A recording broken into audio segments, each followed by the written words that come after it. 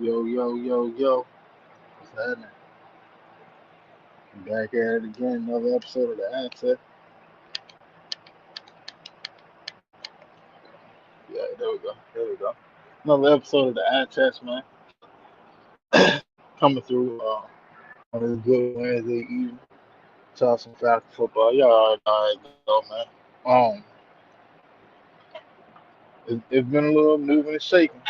Some things been going on in the past, but it shows a lot of things, and I think a lot of people not catching.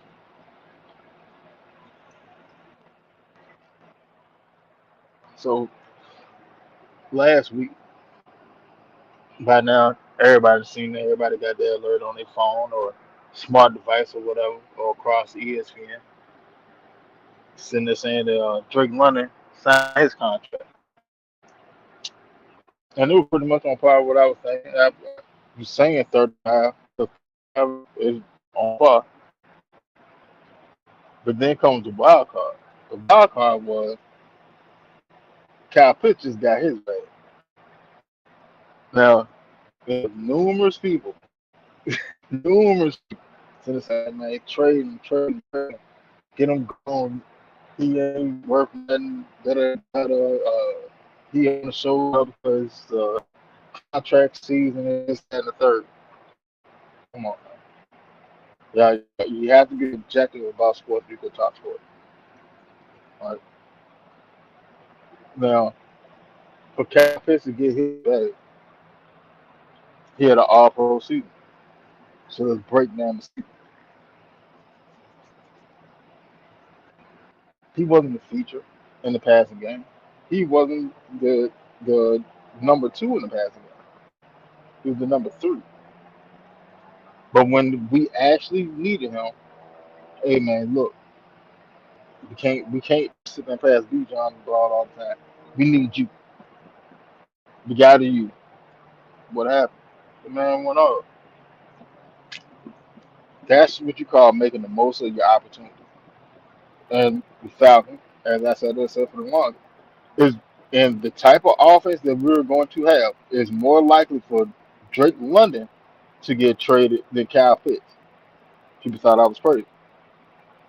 Kept sitting there saying, well, no, hell no, man. You got to keep Drake. You got to keep Drake. Yeah, but go look at Stefanski's offense. It's run game tight end centric, which opened up everything for the wide receiver. That's just how he operated his offense. So in this offense, Kyle Pitts is more important than than Drake London. Not to sit there and say that he's gonna get more yards than Drake London. Not to sit there and say that. Now I'm not saying Drake London will probably end the season with more yards than Kyle Pitts. But what you're going to see this year is how they actually utilize Kyle Pitts. See that's been the issue ever since year one of Arthur Smith. Year one of Arthur Smith, he was the focal point in the passing game. Yeah, who else you really had, right? Then we started adding more talent around him, i.e. Drake London in the next draft, and then you came along and you got B. John Robinson. Things changed. All right, cool. Ain't nothing wrong with it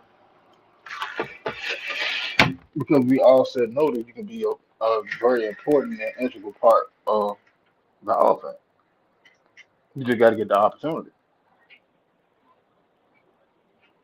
Now, for all the fluff that everybody said about how bad of a coordinator that Zach Robinson was last year, all right, then why is there not grace being extended to Cal Pitts? Because when Zach Robinson tailored his offense around Cal Pitts, he showed that he was a second team All Pro. And in all actuality, if he had made him an actual focal point in the passing offense, he would have been a first team All Pro last year. See what I'm saying? You got to call a spade a spade. But nonetheless, Kyle Pitts get 3 years, 54 million. 36 guaranteed, which I think is it was the right move to make in so many different for so many different reasons. Right. First reason is as much as fans bemoan it and things, he deserved his money. Whether he was gonna get it here or he was gonna get it somewhere else. Kyle Pitts was gonna get paid. There's no ifs and buts about that. Now, I've seen people sit there and say, well, he could have just paid on the 5th year option. For what? What is the purpose of sitting there? Like, you have to understand this. When you're trying to build a team, especially a team that's been through what we've been through as of lately, you have to sit there and set precedent. You have to show family. You have to show commitment. You have to. There's no getting around it. Like, you have to show this. You can't sit there and, well, you was the first um draft pick of the last regime, and you've been a Pro Bowler and you've been an All Pro, but we don't want you. Come on, bro. Like, that doesn't even make sense. It makes absolutely no sense to let that man walk or let him play on a 5th year option. Or technically 6 year option. But what it's showing is what it would have showed if he had played on this option this year. I mean the franchise tag, it would have showed that you don't really have a commitment to the players that you have. See what I'm saying? Like that would be like I had a child with this woman and then I got married and I had another child and I'm favoring this child more than my first child. When both of the child should be on the same yoke. That doesn't make sense. Because now what it shows players that are getting drafted to the Falcons, players that's coming in free agency. Well, I'm only gonna be here for a little bit because they don't keep people. So what's more important to me? Do I want to play for a Super Bowl? Well, hell, Atlanta haven't been to the playoffs in 9 seasons. Do I want stability? Well, this team said they'll sit there and give me X amount over 3-4 years. Like you mess up your ability to get talent if you did not sit there and sign a contract. And I know a lot of people sitting there, well, B John should have got paid first. No, no, because in all actuality, what the Falcons are really waiting on, they're trying to play the waiting game. And I'm gonna tell you why. The most comparable running back that's in Bijan's era is Gibbs. Right now, like the Falcons and the Lions are playing chicken, and it's about who's gonna break first. And that's what Bijan contract is sort of waiting on. Now, don't get me wrong. I do think Bijan will get extended before training camp.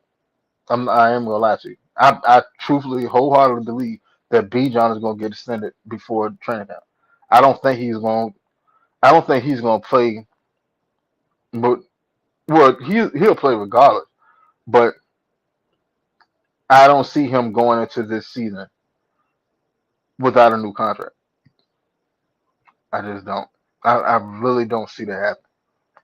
I think what's going on is they crunching numbers. Then there's the whole is he a running back? Is he a wide receiver? Do we pay a wide receiver money? Do we just max him out on running back money? What does that look like? The hybrid scenario. Same thing that was going on with Travis Kelsey. and a couple of other tight ends. Hell, Jimmy Graham back in the day. Jimmy Graham left from the Aints because he wanted to get paid like a wide receiver. They had the whole back and forth about is he a tight end? He's a wide receiver. Whoop, whoop, blah blah blah blah blah. Then it's what's your importance to the offense? How important are you? B. John has a leg up in the conversation, and in all actuality, it behooves the Falcons to get him done sooner rather than later. Because if you look at it, hell, B. John is just coming off a two-time All Pro season, two time. He was the first team running back, and he was second team utility. Play with that money if you want to, and let that man go have another season, what you were already expecting. You're expecting him to have a season like he had or better next year. Play with that money if you want to, and let him get another two All Pros. And now the conversation can go from 22, 24 mil to hell. You may be looking at close to 30 for a running back. See what I'm saying? Like you can't play with it. But also it shows that you know there's a lot of faith and like Cal Pitts. Cal Pitts made a statement uh earlier in the offseason and people try to clown that man. And he said this you know, it shows that the organization has a lot of faith in you, this, that, and the third. And everybody was like, hell no, they ain't got no faith in you. That's why they ain't signed you to a contract. This, that, and the third. Blah, blah, blah, blah, blah. You heard that everywhere. Hell, Shannon Sharp had a whole tirade on Nightcap. Man, you sound dumb, man. You sound dumb. If they trusted you and all this, then they would have been signed. All right, well, you got signed. Like, where does the conversation go now? And all that's right was like, where does the conversation go now? You have to understand what you have and don't just look surface level at a situation. Surface level was well, hell, the new regime came in. Hell, Drake London got a contract, so Kyle Pitts he can be gone next year. After this, come on, man. Like it wouldn't make sense. In all actuality, like it wouldn't make sense for us to get rid of Kyle Pitts. I said this a long time ago. any any team that won a Super Bowl, you've always seen a triumvirate. You've always seen it. You've always seen it triplet. However you want to slice it, whether it's running back, wide receiver, tight end, or quarterback, running back, wide receiver, or quarterback, running back, tight end. You've always seen a triplet. You've never not seen that before. Look at Seahawks last year, triplet. JSN, uh, Donald and Walker. That was a triplet. Like you've always seen it. Look at Kansas City. Mahomes, Antonio, what's happening? But what's going on? What's going on? But look at Kansas City. Mahomes, Kelsey, uh, and Tyreek Hill. Then take Tyreek Hill out. Yeah, Pacheco. Like you've always seen it. You can't win a Super Bowl where it's just a one or two man leading leading the charge. Like hell, our Super Bowl, yeah, Matt, Julio, and Devontae. Like, like you you can't get where you want to go without a triplet. Not in football. Not without offensively wise, you can't get where you want to go. And the same thing with defense. Defense. Any dominant defense, there's a triplet. There's a star. There should be a star. Either there's a star on each level, which is three levels: D line, linebacker, secondary, or there's there's two stars on the D line and maybe a linebacker, or maybe a corner, or maybe a safety, or it's a safety tandem and a edge rusher or something. Like there's something. There's a triplet. Look at the Rams. Yeah, Aaron Donald, Leonard Floyd, and Jalen Ramsey. And you can point it out. Hell, defensively we have our triplet. You got Dorless, you got Pierce, you got Bates. Now look at the auxiliary pieces that you have around it. You have AJ, who is one of the top 10 corners in the league. You got Watts coming off arguably what should have been a All Pro rookie season. You have Walker. You have Diablo. You have Zach Harrison coming back from injury. You have the pieces. The only question mark that's on this team now is quarterback. Which one is going to be? And then and to be honest, because I know like a lot of people think it's I think I think where the hold up at is that people think that it's necessarily one outplaying the other. And I don't really think that's really the case because in all actuality, I think Tua and Penix are very close, very similar talent wise. But there's outliers to each of their games. Yeah, Tua is more accurate than Penix. Penix is more athletic than Tua. So then it comes down to, well, all right, what kind of offense do you want to run? Do you want a controlled chaos offense? Okay, you may go with Tua. It's possible. They may go with Tua. Do you want an explosive offense? You go with Penix.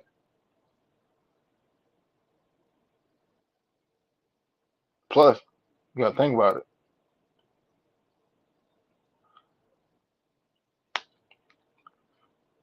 Next offseason, well, I haven't checked uh what our cap space should project to now with Cap's contract. But after Drake won the contract, we still were projected to have 122 million dollars in cap space. I'm thinking with Kyle Pitts, let's say roughly 104, give or take, somewhere in that area. Probably about like 104 million we'll have left over um going in with just straight cap space for next year. But then you got to think about all the contracts that expire, and I think that's where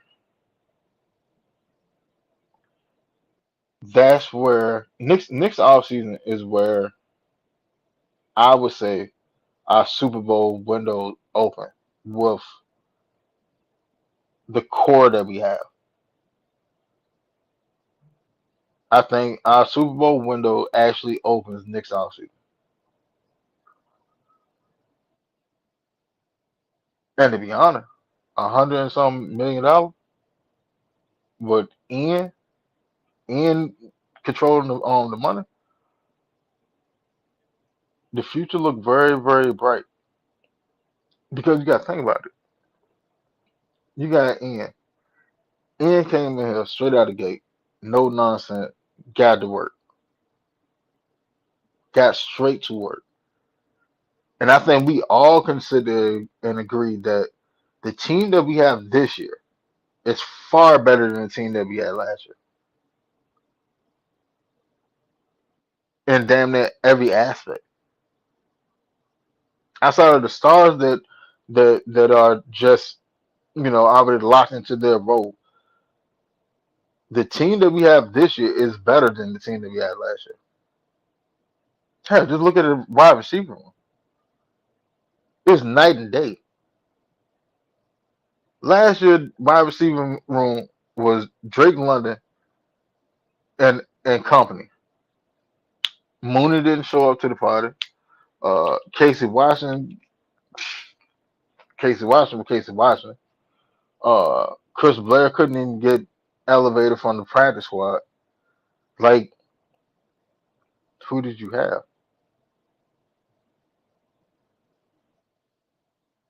Now you come into this year and you have two, maybe three viable options as the number two wide receiver.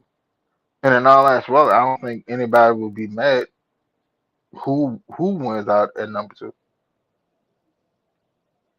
outside of OZ.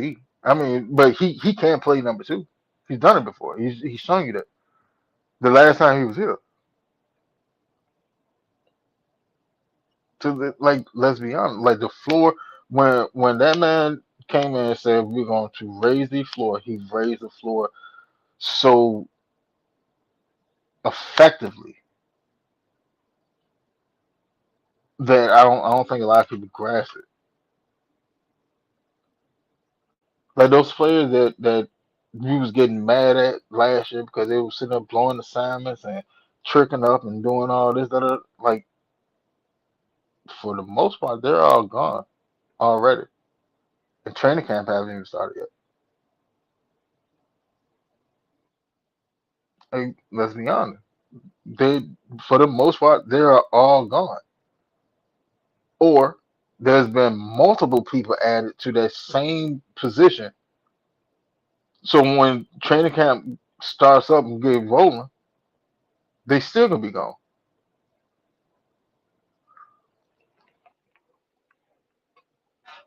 Like, look at the edge room. Look what we did at the edge room. And hell, you still got Trice coming back. Trice still coming back, and he's healthy. Shown that he's healthy. So, but then you got Pierce. Now, don't get me wrong. Uh, I'm gonna stand on this. I'm gonna be honest with you, and I don't want anybody to get their hopes up because he haven't been suspended yet.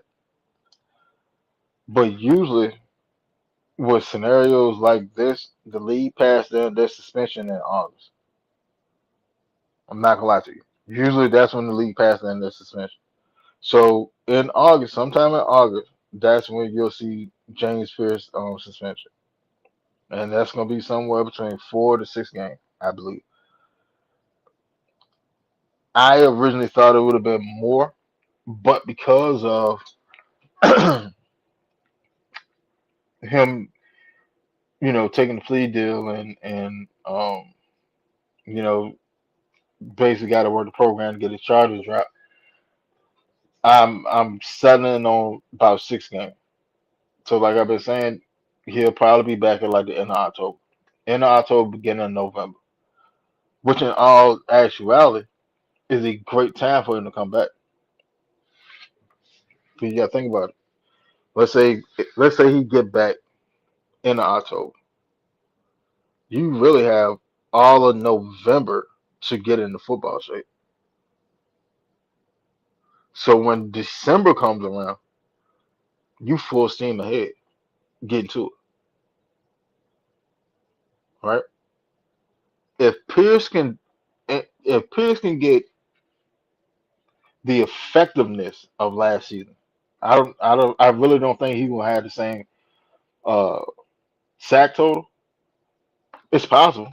He could go off. He could go off for 2 months and get double digit sack. It's very possible. I'm not sitting there ruling that out.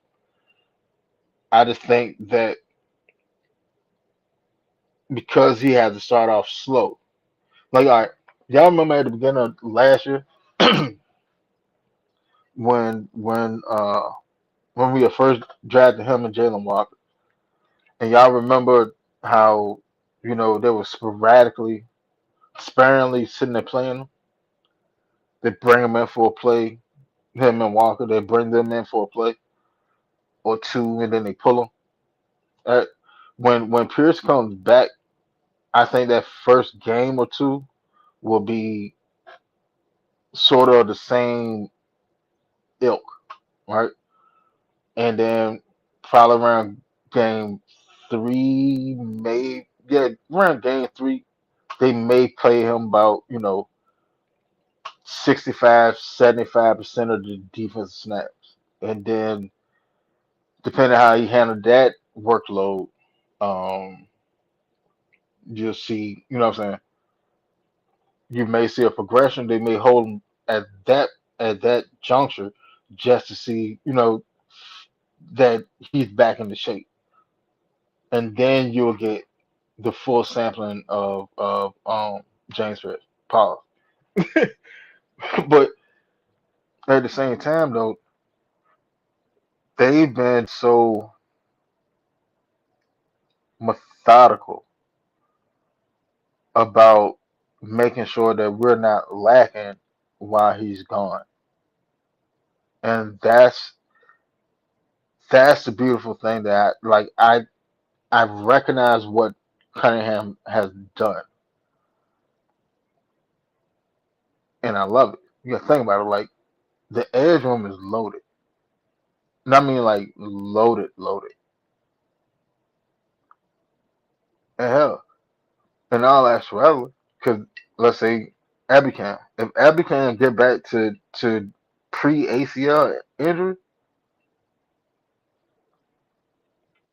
there's gonna be some conversations. Hey, do we you know do we put Pierce in the rotation? Do we start him? Like, what's the move? Do we change our defensive front so we can get him and Abicam on the field at the same time? What are we doing with Walker? What are we doing with uh, uh, Harris, Perkins, uh, um, Kendall? Like, it's so many options. It's so many options of things that we can do with this team because because of the way it's been assembled. Like, when was the last time, as a Falcon fan, like, let's be honest, as a Falcon fan, when was the last time y'all was able to sit there and say, "Hey, we got options. We are able to actually play any front that we want defensively." When, like, be honest with yourself. When the last time y'all have honestly been able to sit there and say, "We can do this. We can do whatever we want on defense."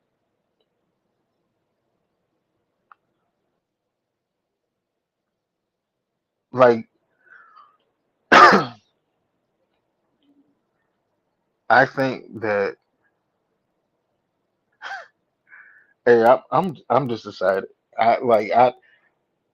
I'm a defensive player by nature, and the possibilities that I see for this team is exponential.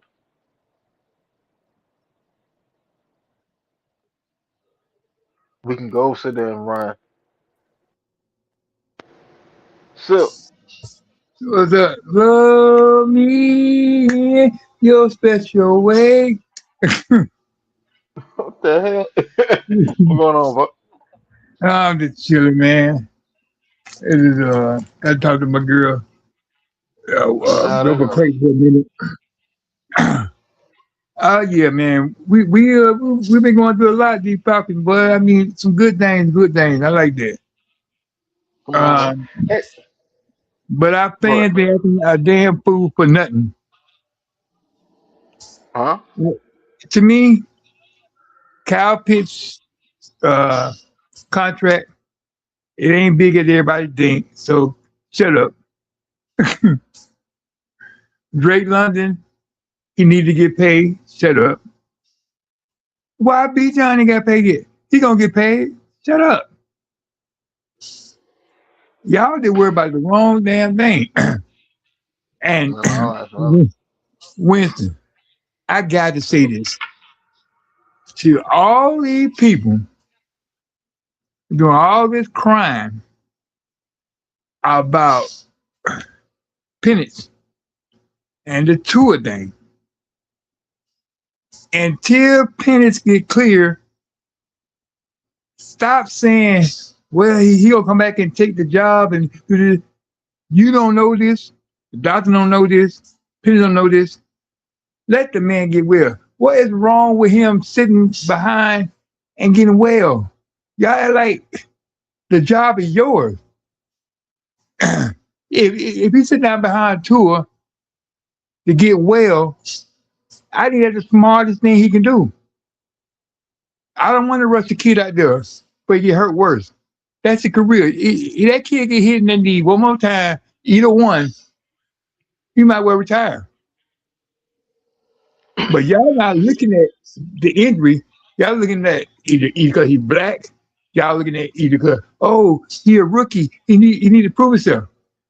You can't prove yourself hopping. See, Stop worrying about the wrong. Huh? I think this is a scenario, right? I think that people like what's going on is this, and I've seen this from a lot of content creators too. They're grasping at straws at this point, and I say that because of this. A lot of people, when Penix first got hurt last year, a Right. lot of people were sitting there saying, "Man, Penix he gonna be out for the entire season." Like everybody was sitting there dropping it. Majority of them was sitting there dropping content, sitting there saying Penix gonna be out for the entire season. Do we draft a quarterback now? Do you go get one of the free agents? Like, bro, like this ain't 1980. I'm Right. sorry.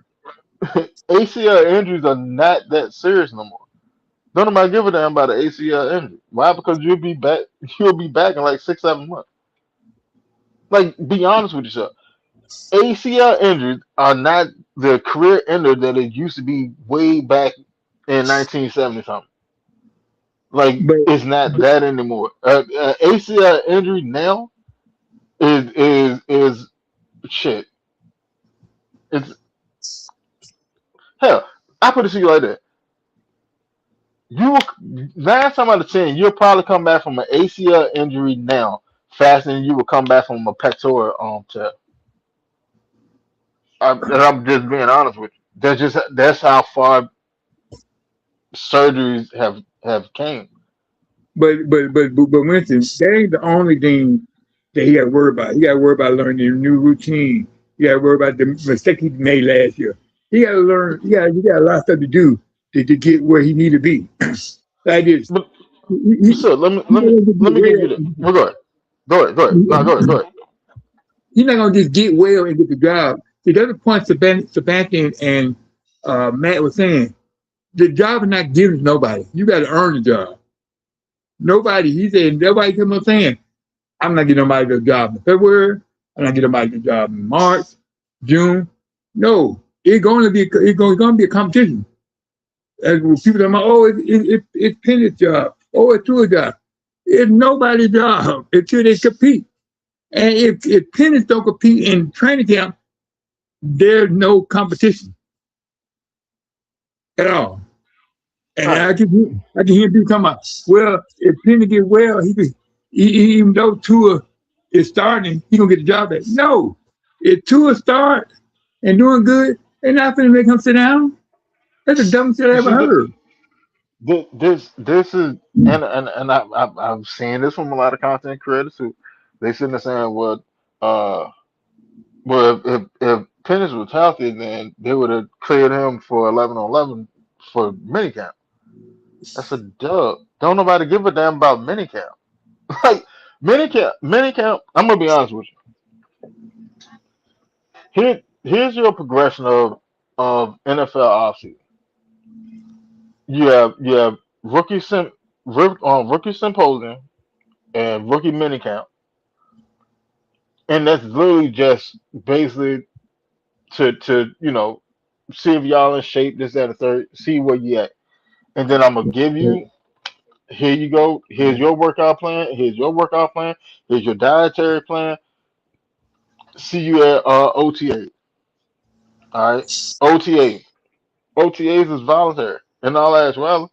Yeah, do you want your leaders to be there? Yeah, but you don't really have to be at OTA. That's why I sit there and say, like, you're not really fully installing, you can't install your offense or defense or whatever in OTA. Yeah, you can go over the generalization of it, but you don't have all your pieces. So you can't go but so far. And All right. nobody went to the job in t-shirts and shorts. You see what I'm saying? So then you have minicamp. All right.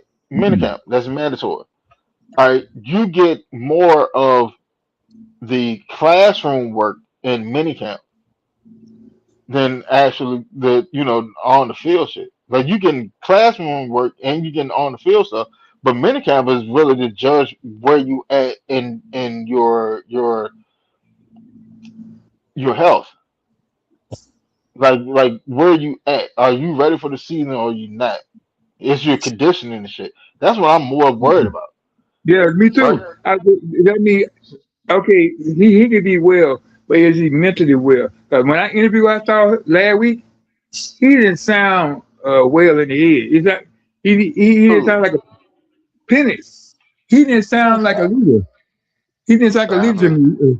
He sounded like I gotta do everything they gotta do. I mean, cause look, he started out saying 100%, and then and then he gonna say, "Well, I get out there anytime." He yeah, didn't say not but you 100%. can't. You gotta think about it. I No, when you when can't even when say I'm not 100%. If I can get out there, that contradicting yourself. no, it's not. All right, when he's sitting there saying that, when he's sitting there saying that he's not 100%, he's already told you numerous times beforehand that he's 100%. He's good to go. The team is slow rolling him. There's a No, he difference. said out his mouth. He said Hold on, I'm hold on. not So, 100%. so, hear what I'm saying. Hear what I'm saying. Because this is what happened with a lot of the fan base. Y'all picking and choosing what you want to hear. All right. He No, sat he there and said said, hold on. He sat there and said numerous times beforehand, I am 100%. I'm good to go. I can do everything they want me to do. The team is behind the scenes sitting there telling, hey man, you got to calm that down because we're not gonna sit there and throw you out there yet. We're gonna save you till training camp. That's why you had the Kevin Stefanski come out. Well, Pennis, yeah, he's trending in the right direction. He look like he may be ahead of schedule. He should be clear for 11 on 11 soon. And then you had the quarterback coach he come. gonna see Hold that on, last video hold again. hold hold He on, gonna see hold it on, hold again. on, hear me. Hold on and hear me. Then you had the quarterback coach come out behind it. Well, it's not a real competition until both of the players are able to compete. Because the fan base had got in their head, well, Tua got a leg up on Pennant because he's been sitting there able to do all this and that. No, they're not judging him over the shit that he's doing in OTAs and minicamp. Yeah, are they taking note of it? Yes, most definitely. Not knocking that. But for the actual competition of the starting quarterback, that's just going to happen in training camp. Yeah. Like that's If just what it is. That's what happened in training camp. What's going on in the fan base is the fan base, because we're so used to losing and you're just looking for any sign to have something to say. They're sitting there looking at the service level shit and running with it. and then and Yeah, then with two. and Hold on. Okay, watch it. Right? If two have such a leg up because Penn is not healthy, right? Won't they both at OTA? what means? Won't Tua and Penix both at OTA? Well, yeah, but Tua was doing 11 on Hold 11. on. That's fine and dandy. Um, let me ask you this. And OTAs, what was one of the hell? What was the first videos they dropped in OTA? What do you mean? The first video the Atlanta Falcons dropped of OTA was what? It was Michael Penix under center, dropping back and throwing the ball. Cause Tua wasn't there. Tua was there. Not the first day. Yes, he was. They no yeah he was yeah, but Yes, he was. but know what? That was a media narrative to put some out there to say, oh, he could be on the center. That had That's nothing to do. that. It had nothing to That's do with what what I'm talking about. that's what I've been sitting there trying to tell y'all for the longest. Y'all keep listening to That had media. nothing to do with what I'm Hold talking on, about. hold This on. man said from his mouth. Y'all keep listening to media No, narrative I'm listening to instead of him. actually looking at what's going on. No, fuck the media. I'm listening to him, the horse's mouth. He said that he last interview last week. He said, I'm not 100%. And then they asked another question. He said, yeah, the coaches, I'm going to get out there, I'm going to get out there. He said, it's Uh, up to me. It's up to me. I can do 11 on 11 now. How are you going to say uh, you're not 100%, but you can do that? And then the last watch this, thing he watch said, this. So, I'm gonna answer that question for you. I'm gonna go answer ahead. that question for you. All right, man. Go look at Michael Penix's interviews back during OTAs and before OTAs. I'm not going to do that See, hold on. Hear me. Because this is what's going on in the fan base. The fan base is only hearing what they want to hear no, and I'm not listening to looking. what he And said. hold on, You talking about what everybody else Silk, said. Silk. Breathe, brother. Breathe. Cause I'm gonna break something down for you. I'm gonna break this down for a lot of people. I'm not saying lump. I'm not. Hold on, break it I'm down. not. The last thing I'm he not. said, hold on. The last thing he said, they asked him, "Are you gonna be able to go to training camp?" He said, "I don't know because I got to work with the doctor. I'm gonna have a doctor. He said, I'm gonna have a doctor uh, um, appointment before training camp, and that's what I Mm, know." That's the mm. last thing he said. He said, "I don't know I'm gonna be in training camp." That's it. Let me ask you this: How many times in the past, let's say, what is it, June now? Almost the end of June. Let's say the last what, 2 to 3 months. Have you sat there and heard Michael Penix sit there and say, "Hey, I'm ready to go right now"? Hell, matter of fact, we can go even further What are back you because we can go doing? hold on. Because we can go all the way back to the Super Bowl. Why are you We can talking about go the back. past? You talking about now? Sir. Hold on. Because I need you to hear what I'm saying so you can actually grasp the scenario. If you go back to the week of the Super Bowl, media week for the Super Bowl. Michael Penix had an interview with who was it? Kay Adams. I want to say Kay Adams. And she asked him, how you come along in your your health and everything. But no, man, what's going on, partner? What's going on? And he was like, man, hell, I'm good to go. Now watch this. Hold on. Now, look at how many interviews Michael Penix did during hell leading up to the Super Bowl, media week, and all those. Look at all the interviews that he was doing. Now, then off of that, To after that me, happened, he's and talking after the draft, hold on, so hold on. After the draft happened, then you go look at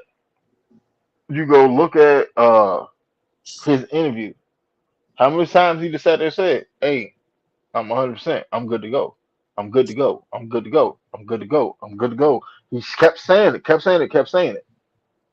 Right? He's talking about the Then past. I'm talking about hold recently. I ain't on, talking about bro, that. See, a because you person can change. A person can change. I can say last week I'm good, but today I can say I'm not 100%.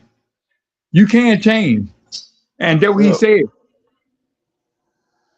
I put it to you like that, right? If something was wrong with Michael Penix, It is. or stop it. if something was wrong with Michael Penix, or there was a setback in his recovery, right? He wouldn't have been at OTA. Hell, if something happened at OTAs, he wouldn't have been at minicamp. And another thing, he said they're not even let him run yet. Yeah, He- yeah, yeah. No, he said I ain't gonna He's you ain't been gonna look at man. that interview. No, you ain't Oh gonna my look at God. that interview. He said all of this. He So, said they're not let him run. He's not 100%. so, stop it. Stop it. No, I stop don't think it. none of them. Michael Penn's been running since January. Stop it. He's been running since January. He's saying that they're not gonna let him move his hip the right way. He said they tell him to stop. He be trying. They said no, they're gonna let him do it. He said I'm not even running yet. This is the last interview he did last week. Look at that interview. I was interviewed 3 times. I'm like, what the hell So are you talking think, about? that's what that's exactly what I was fitting to say. What the hell are you talking about? Because think about it. If they really was on that, then why would they have him under center taking snaps? Ask him. No. Ask yourself. That's the reason this show is called the eye test. No. You don't have to really ask others the scenario. You can look at it and see what's going on. But If but he but, if hold on. but being If in he center is not running. if they felt that his knee wasn't right, his footwork, whatever, his leg wouldn't hold up. Why would they have him under center taking snaps? But that's not running. It still how do your leg move when you run? That's still not running. And then he said Still, every day, how every day they hold on, working the hold footwork on, every day. hold on. Hear me. All right, if they're working on footwork every day, then you're running anyway. Cause you're dropping back. No, I'm not like this. I'm gonna say look at that video. Hold on, sir. Who walks back and then drop back? You're not running when you walk back. Who walks back and they drop back? You're not running. You moving very briskly. You know you're moving, but you're not running. He's talking about running. So He's think talking about about going what think about the physical action of dropping back. You're torquing your body. You're torquing your knees. he's not talking about that. He's talking about running like bitch. So, He said, think I want to go out the pocket. He said he can't. so, They told him not so, to. so, yeah, and that's fine. That's perfectly fine because he's gonna do it in training camp. That's perfectly fine. They know he can do it. Yeah. But if if But if he said he's if gonna run. if He said, if they I ain't gonna had run yet. if I had any connection about you dropping back, or if I had any problem about your knee, I would not have you dropping back from under center. Period. I don't give a damn how you call it. If I thought your knee wasn't able to hold up to it, you're not going under center and dropping back. Like, I'm not even gonna put you to that. I would just sit there, hold off, and then we'll get a test to see what's going on, and then we make a plan going forward. I just say like this. That's that's not the case.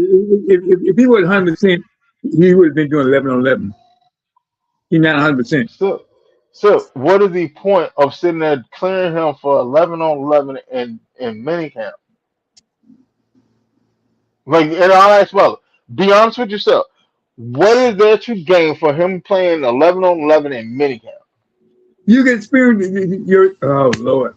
Why they gonna, You, why they you're, gonna play? you're running the exact same plays in 7 on 7. You just don't have the offensive lineman in front of Yeah, you ain't got nobody coming at you. you. You don't have That's the nobody problem. coming for at you in minicamp or in Yes, you training do. camp. You Who do. who can't touch a quarterback? You. And 11 on You can't 11, you like, can't touch a quarterback in 11 on 11, 7 on 7, mini camp, training camp. You can't touch them. The only time you can touch a quarterback no. is You can't touch in the him, preseason game. but but but you got to estimate that you feel somebody coming around you and show how you move. You get that in 7 on 7. No, you don't. They don't do that seven on Yes, you seven. do. They have. No, You no, said no, damn no, lie. no, They no, have no. edge rushers on 7-on-7. No, Kevin Have you? Stefanski said Have they you don't ever? do that. Hold on. Have you ever played 7-on-7? No, Kevin Stefanski say they don't All do right. that. I don't know about. I Seven, don't know seven about. on seven, 7-on-7. Defensively, you got both of the corners, you got two safeties, and probably the three linebackers. That's 7-on-7. They That's not seven on do seven football. that. Yeah, So, seven. so But hold on, hold on. Kevin So, Stefanski.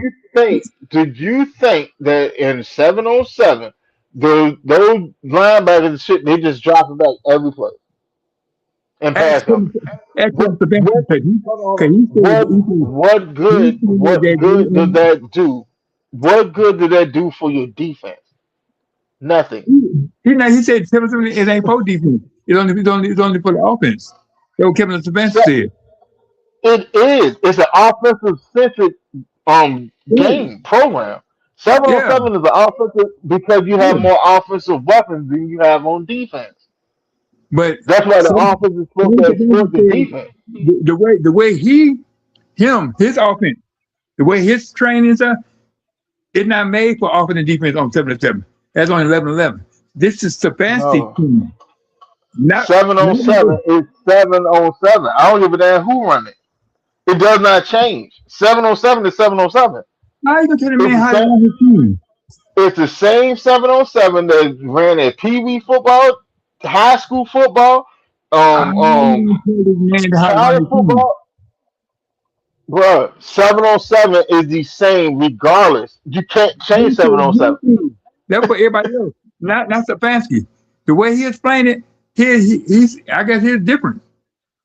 All right, so how do you explain it? How do you explain his seven He on said seven program, though? he is only for the offense. There's no defense is on over there. It's only offense over there.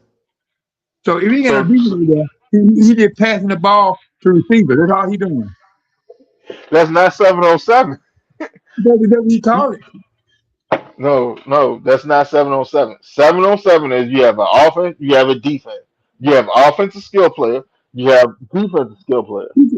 Seven, Stefanski, it's really seven. It's seven on offense and it's seven on defense. they Seven ain't on what seven. Seven versus seven. You can't have 7-on-7. It would just okay. be seven on air. When you okay, when you see when you watch the video and you see Penix throwing the ball, do uh, you see defense from him? that's a throwing drill. That's not 7-on-7. That's the only drill That's they a doing. throwing drill. That's not the only drill they're doing. They're doing 7-on-7 and 11-on-11. The Penix said he's not doing it. So, Y'all gotta see what all the right, coach hold on, said. hold on, hold on, watch it. You seen the video that came out a couple of days ago where Branch took in caught the little flare out and he took it to the house. Yeah. That's 11-on-11. That was on defense. And then 7-on-7, you take out the lineman. So okay. Seven on, So you saying Penix doing 11-on-11? no, he's not clear for 11-on-11 yet. They're not gonna clear him Okay. till it's half a training camp. He's playing 7-on-7. 7-on-7 is the same premise. The only difference is more linemen out there. That's Well, the only Stefanski difference. said he said he only put Penix on 7-on-7 because he's not ready for defense to come at him. So, So so watch this. Hear me on this. Hear me on this. Even if Penix is only playing 7-on-7, you know what else is out there with him on offense? A center. So if he's playing 7-on-7 and the offense is oriented, playing under center, he's playing under center while he's playing 7-on-7. ain't ain't nobody negating that. I'm talking about he's not So playing against defense. he's playing against defense. You can't play 7-on-7 without a defense out there. That was Stefanski. You need to talk to Stefanski. That's what he No, said. Silk, you heard it wrong. You literally cannot play 7-on-7 without a defense. Well, he's not Oh, playing 7-on-7. look. On offense, you got quarterback, running back, center, tight end, and three receivers. Well, That's your he seven. not playing 17 Hold on. because That's your seven, right? All right. So on defense, you got three linebackers, two safeties, two corners. You may pull one linebacker and put a nickel on corner out there. That's 7 on 7. You have to match up with the personnel. That's how well, 7 on 7 is operated. I don't give a damn who the coach is. maybe That's how 7 on 7 is operated. maybe Sebastian said it wrong then because 7 on 7. He could say he playing 7 on 7, but ain't no defense coming at him. Okay, that's why he putting him 11 on 11. That's what he probably said. All right. Well, look, Yeah. coach. Coach's corner said it's a moot argument because if he's ready or not, he's not the best option to win. And I have to push back on it. I do not agree with that at all. I don't think he ready either. Because based on No, last no, year, that's not what he said. He said whether he's ready or not, Pennis is not the best option to win. Okay. Now let me preface this by this. All right. Tua had hype coming from the national championship game. But he right, subbed in for who was it? What is it, Jalen Hurt? It was Jalen Hurt, right? right. All right. He rolled that success into the NFL. Tua was a mid-level quarterback. He wasn't no elite quarterback when he got to the NFL. Tua became the household name in all actuality when Tyreek Hill got there. That's when you saw Tua become the Tua that people hope that he can be here. But here's the thing though. When when Tyreek Hill got hurt last year, what happened to the offense? Because everybody else was healthy. No. We'll have the up and we'll have to the whole team. Yeah, but the team imploded because it's an offensive centric team. But It I wasn't got driven by defense. It I wasn't can't driven by do defense. So because what happened to that offense? like this. I cannot down to it because this man don't had the highest passing rate in the team. I mean, he don't had the high percentage. He don't had the highest scoring. I can't down him like that. I mean, and ain't no quarterback that we had since Matt Ryan had any of that. That man have been to the I'm playoffs twice. I mean, I'm I not can't down him. I'm not downing Tua. That's not my scenario. I'm not downing Tua.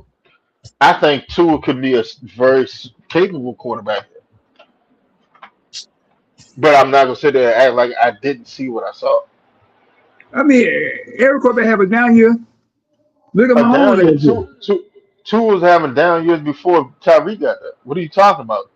But Like, I mean, maybe y'all forgot what the hell Tua was. but Like look, Tua was good. He was decent. He was serviceable. That's what he was. all you need now. Look, I mean, look at one Super Bowl, a favorite quarterback. Huh?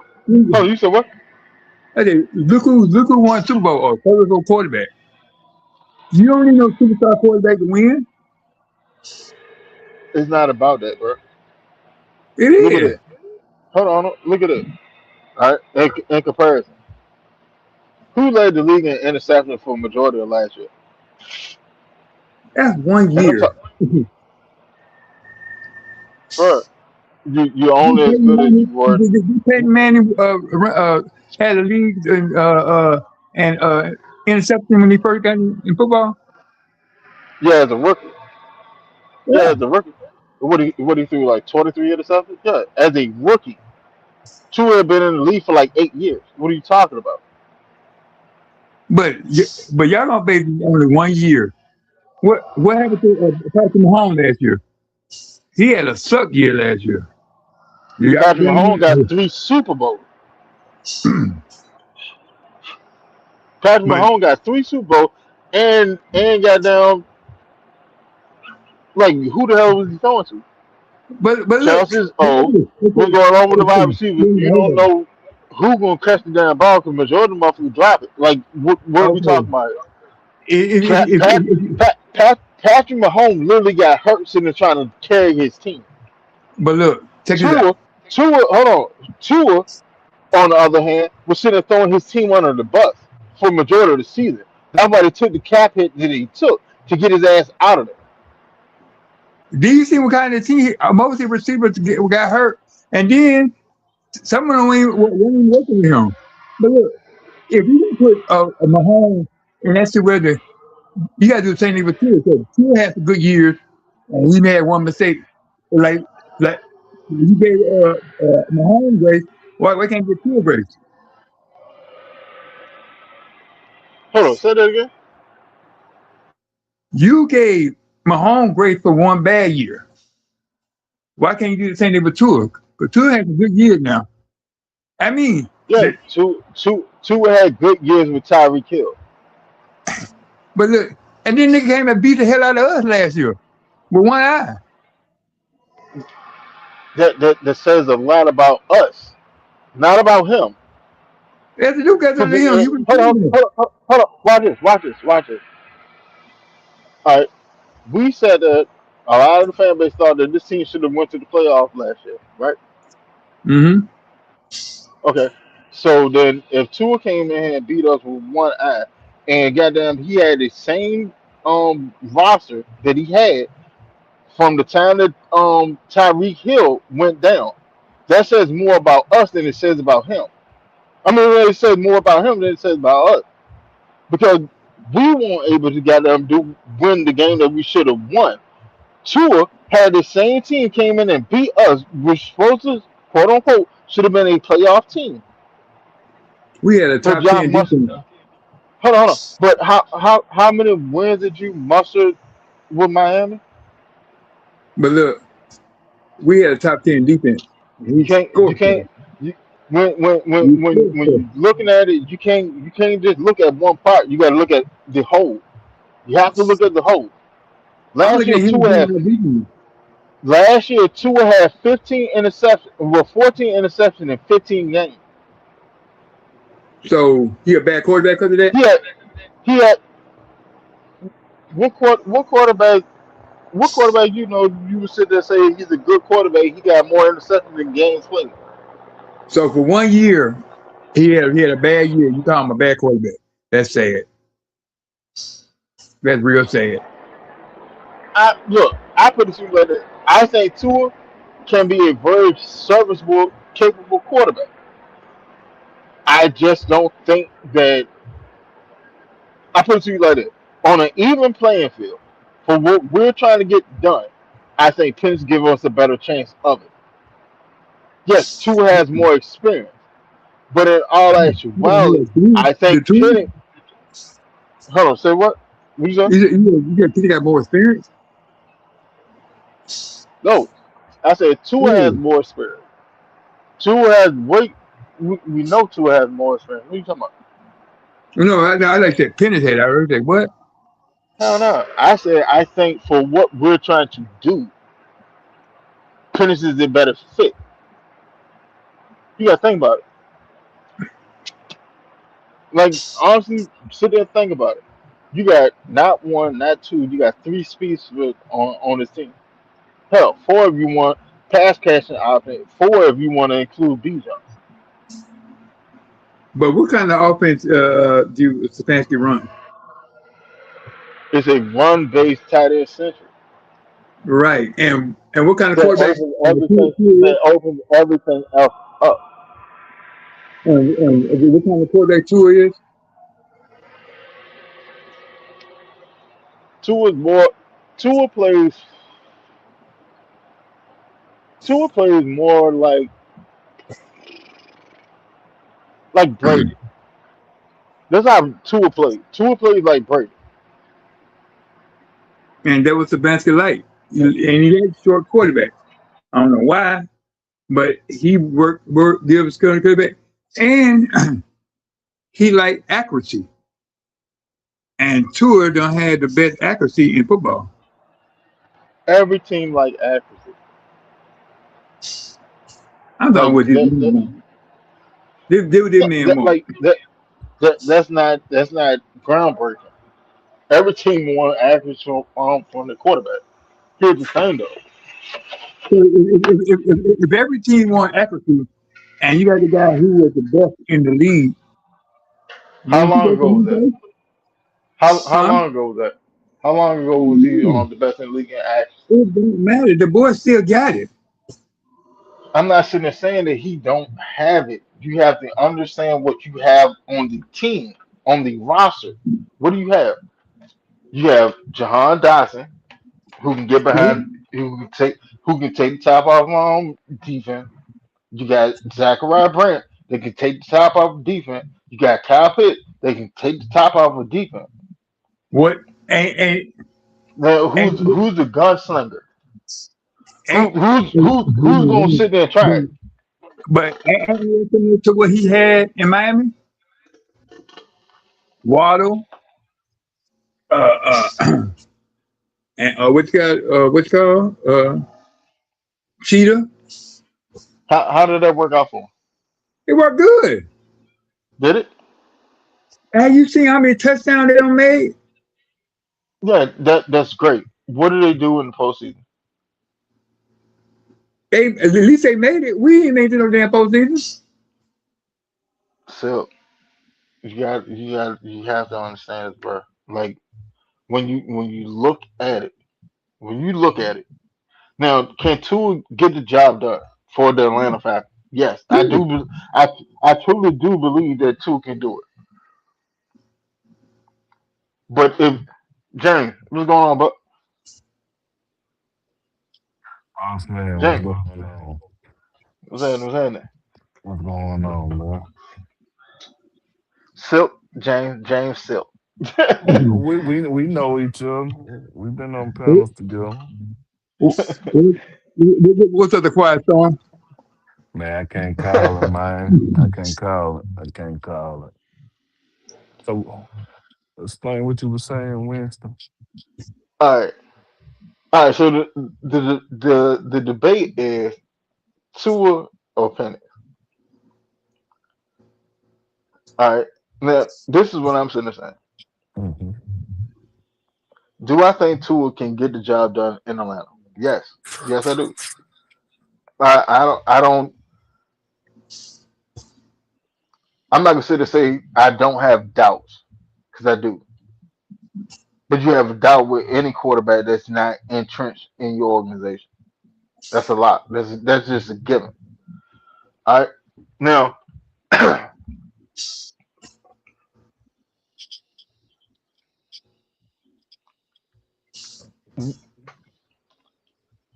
with Tua, all right. I put it to you like that. The best way I can explain it is you have a situation like you had last year, where there's two different offenses being ran based on the quarterback.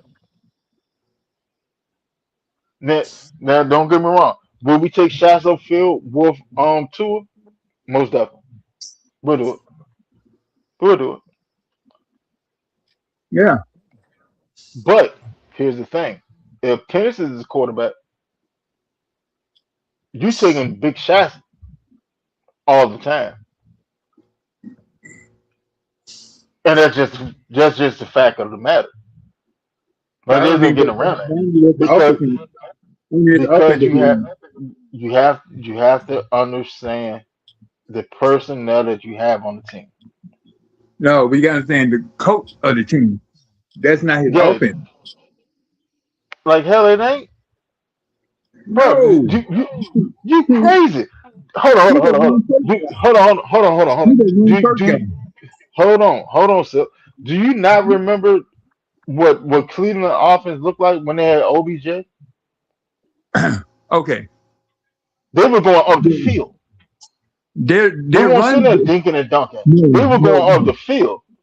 Their running was more powerful than they passing. They always had a lower passing rate than a running rate. They running always been elite. They passing been all right. Bro, when they had OBJ, before OBJ got hurt That's in one. Cleveland, That they one. was going up the field. they were still running the ball because they was able to run the ball regardless. But when OBJ got hurt, that's when they became full on run centric. Go back and go look at the tapes. I seen the tape, and Like Cleveland had a I awful. Man, they was a fucking problem. OBJ got hurt, and then it's stifled them. I'm not saying that they not going out of the field. I'm saying like this: Pitts will probably get a lot more yards than Drake. That's what I'm trying to say. Hold on, you said Because the way Sabanthi, like his tight end, and the way he got his steam offense, he more of a. I mean, he gonna hit downfield, but he gonna be more mediocre. Mediocre. I don't. I don't think. I put it to you like this. Yeah, Pitts is gonna get his yardage. As long as he stay healthy, he's gonna get his yardage. I think his touchdowns are going to go up more so Yeah. than his yards from last year. His touchdowns will go up because you got to think about it. You have like at this point, you have mouths to feed, like actual playmakers that you have to play. See, last year it would have been different if Mooney was Mooney from year one. It would have looked entirely different. Mooney just was trash last year. Now go look at Dyson. Go look at Dyson and look at how he played for Philly last year. And hell, majority of y'all that listen to the show, y'all are UGA fans. You already know what you got in Zachariah Brent.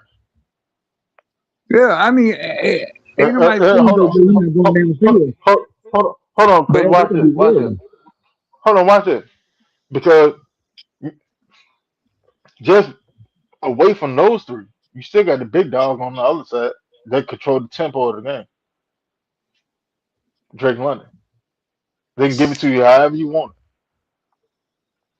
And then when I'm you get saying, tired of when you get tired of all four of them, you still got to deal with B John back there. but it's like So this. hold on, hold on. So The like which two can which do quarter which quarterback makes the team the most dangerous? it. Tua, It's Cap. It's Penny. no, I'm because sorry. Tua can read the defense better. Tua is more accurate. Tua got Hold more on, hold on, experience. hold on. Let me ask you this. You said Tua can read the defense better, right? Yes. Okay. Tell me a season that Tua only had three interceptions in. Okay. First of all, Hell. I think Michael Penix in his career only had like six interceptions. because nobody on that 607. Moses ball went to the ground. So it isn't ball protection a major part of offense. But the thing was, Penix was taught with dirt balls last year because of But Wilkerson. but look at his rating. Last. Look at it. Right. And hell, all right. If you want to go by that, then look at his air yards from year one. He led the league in air yards. But he still averaged only 59%. 59%. Like, yeah, it definitely can be better.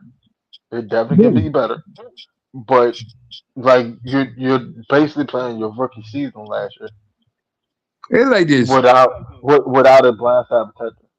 What's wrong with Penix sitting down 1 year behind Tua, learning from him, and then in 2027 come out be the starting quarterback with more experience and talk more to I something. I could- I could tell you numerous reasons why that would be a problem for the Falcons.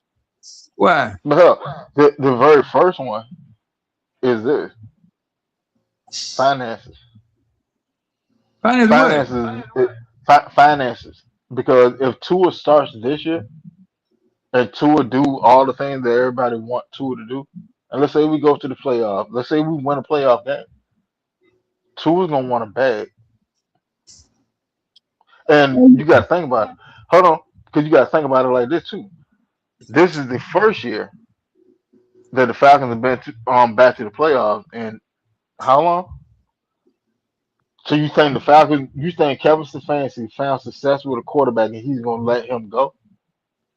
Let me ask you a question. If somebody Huh? take me, if somebody like this, I'm out the blank. If this Hmm? quarterback that good and take me to the playoff, Hmm? I ain't been to the playoff in 9 years. You gonna I pay don't him? care how much it cost. I'm You, gonna pay him. He paid that damn Kirk, and he ain't taking no damn well. So you got that they got that's what I'm. and All he right, been in the playoff Silk, for Silk, 9 years. I don't give a Silk, damn. Silk. You're making my point. You're making my point. Because think So about all the things we could have. Hold on, hear me. Think about all the things we could have did with the money from Kirk contract to help this team out the past couple of years. but like this, we No, no, got no, two no. Hold on, we hold on, hold on, got hold two on, hold contract on. years Silk, right there. Silk, Silk, Yeah. Silk. Hold on. Hear me. Hear me. Think about all the things that we could have did with the money that we spent on Kirk Cousins when we drafted Michael Penix. Think about that 100 million guaranteed. Think about all the things we could have did for this team And what did it get if us? we hadn't. You couldn't do nothing because the money was tied up. That's the whole point that I'm making. The money was tied up.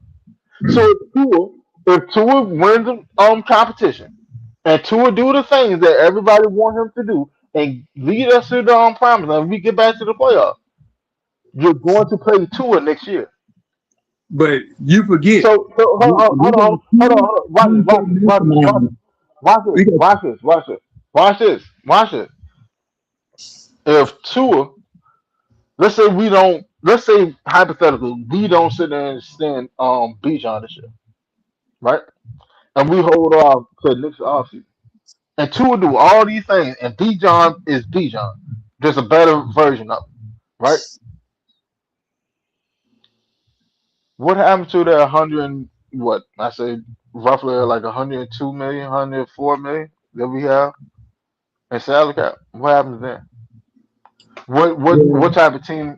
Hold on. What type of team would you be able to put around what you have? well, since we got two creative masterminds. Hold on now. You have me a question. We got two Hmm?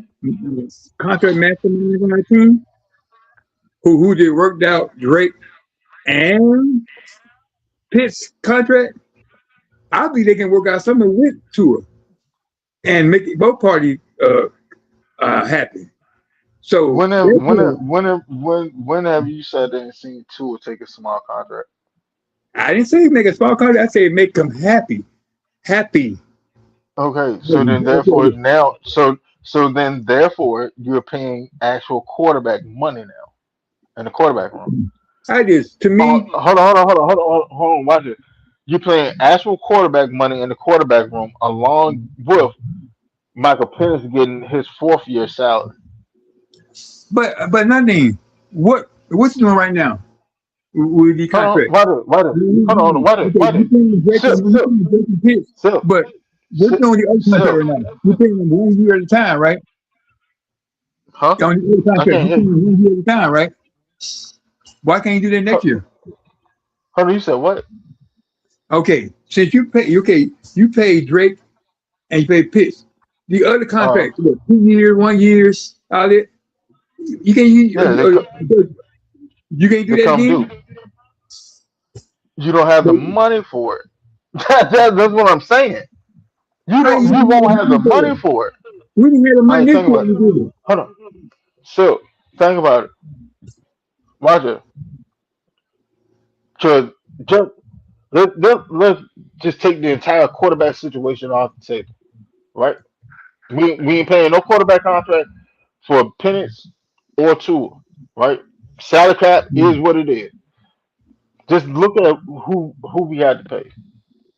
All right, Bijan hasn't been extended yet. Correct. Right. All right, Divine Diablo contract is a 1 year well, he's going into the last year of his contract. So he got to get paid. So you got Bijan Divine, you got Jesse Bates, who contract ends after next year. All right, you have Zach Harrison that needs an extension. You have Chris Harrison, Harris, the linebacker that we brought in, who is probably a presumptive starter.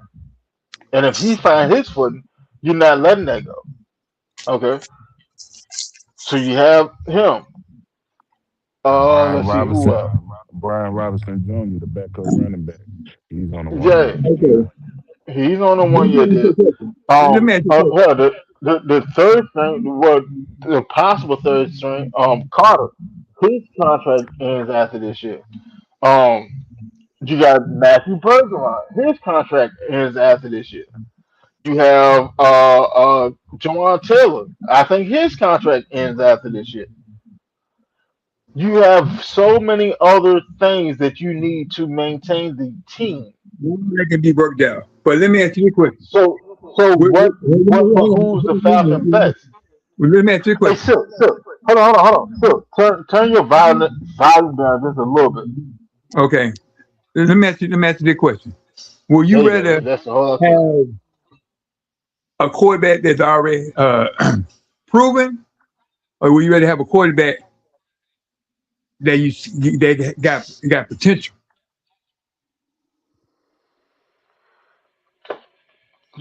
Silk, if you have a young quarterback, the only way for him to be proven is for him to get the opportunity. Answer the question. Will you run a quarterback that's already proven, or will you want a quarterback Coming that's off got potential? coming off a two season last year, I'd No, rather the no. You can't base potential. on 1 year. That's sorry. Like hell, You stop like that. hell, I That's can't. sorry. That's Hey, sorry. I Silk, let said me ask, already proven. hold on. Watch it. Let me say this All right, right quick. Let me say this hold right on, quick. hold on, Watch it. Was Tua not a free agent this year? That's still not the question. I said Hold proven. on, hear It me, hear me. Was Tua what did I not? do? Was Tua, Silk, hold What on, did that do with him being Silk, proven? was Tua not a free agent this off season? Right. Yes or no? Did the Yes. team not cut his ass mid contract this off season? I Yes just said or it. no?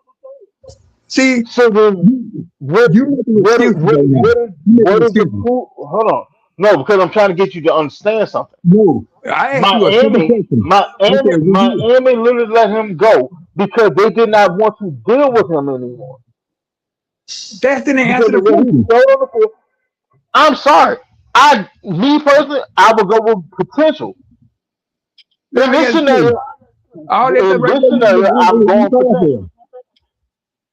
With me, I'll go with proven. I'll go with something that I already know is already know what they doing, been there before, everything. Hey, I like this at 9 years, without a playoff. I ain't got time to wish or hope. hey, Sil, let me ask you this real quick though. The last time we won with a proven quarterback, how did it work out? What proven quarterback? Talking about Matt Ryan? Uh, uh, uh. Didn't we just have a proven quarterback in Kirk Cousins? How did it work out? Kirk Cousins wasn't proven of nothing. He was broke How how down. how is he not proven when his accolades are better than Tua? No. But that's past His tense. I'm act talking his about act now. his act.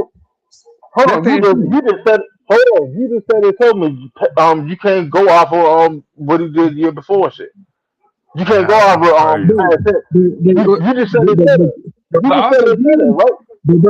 but Kirk Come was better on. than the team too. Hey James, man, what you think, man? What you got? What you got? I'm just sitting here. I'm just sitting here listening, but I understand both sides. I understand both points, but you got to look at the whole totality of the situation. Come on now. When I look at the quarterback situation, I am a Bama fan, by the way, so I know Tua up and down. So when you look at the whole totality of the situation, when you look at Tua's whole body of work, he had 3 seasons with 10 interceptions or more. Not one. We basing it on 1 season, but he had three. Then Come we got on, to look man. at then we got to look at the whole totality of Michael Penix and the potential. When he got hurt, he finished with 9 touchdowns and 3 interceptions. So the potential is there. And with the proper coaching, if they bring in the proper coaches that we gonna see this fall, then overall you got to go with the potential at this point because if you look at the schematics of everything, you want to build the team up more instead of investing in another probably 100 to $200 million within the quarterback when you can wait a couple of years to do that. So So to y'all want be to hope and honest, wish again. so to be honest with you, so you have to go with the potential and the measure because if Michael Penis ends up starting and he has a great season and he takes us to the playoffs and everything like that, then I ain't got to worry about that. Then I could just focus on the team, making the team better within the off season. Hey, look, But y'all see this comment? Coach says that makes no sense. If your quarterback take you to win, you pay him. No difference than paying anyone else. The cap goes up next year anyway, so moot point. That's cap. Now, yeah, the salary cap does go up, But right? you only look, but Not you not only look at, not not but you only looking at 3 to 5 million that the cap goes up to. So that really, exactly. so you're not really looking at no money within the cap if you pay $200 million for that quarterback, coach. Just being real about the situation. So you want to go with the penance within the situation because I don't give a damn about the quarterback position. Really, I just want to win. yeah, me That too. that that's just the main thing. But if I look at the schematics of everything, I would like to go with a penis in the situation because I know I ain't got to pay him for another 2 years. And So, then on top of that, so I can still build my team within the I depth can that they build a need. team. You- well, Because, I because believe Hell, they already like, know who the hell, quarterback is anyway. I'll show you an even better scenario. Let's say, watch it.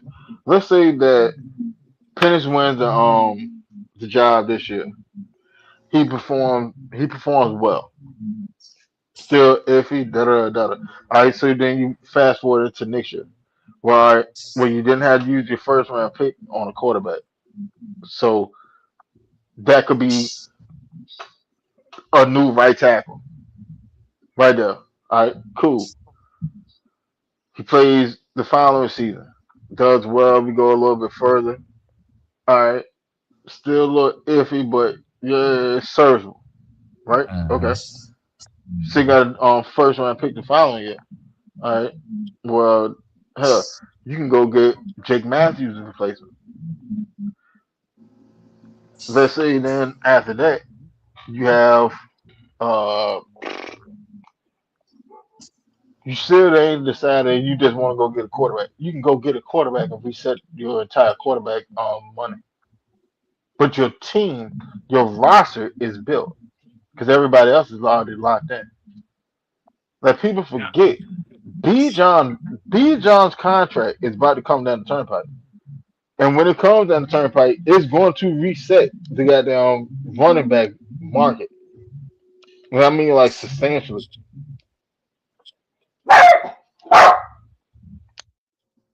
We hear you.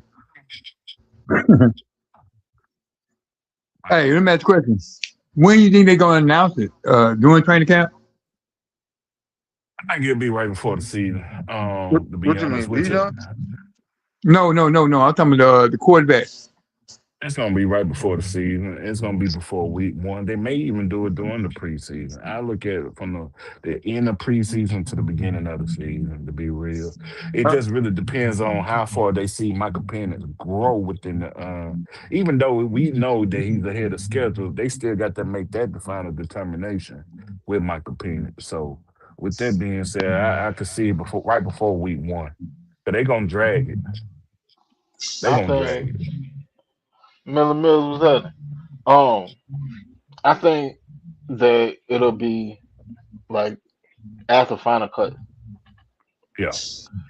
Oh, I was talking about Wallace, yeah, what's going on? right there.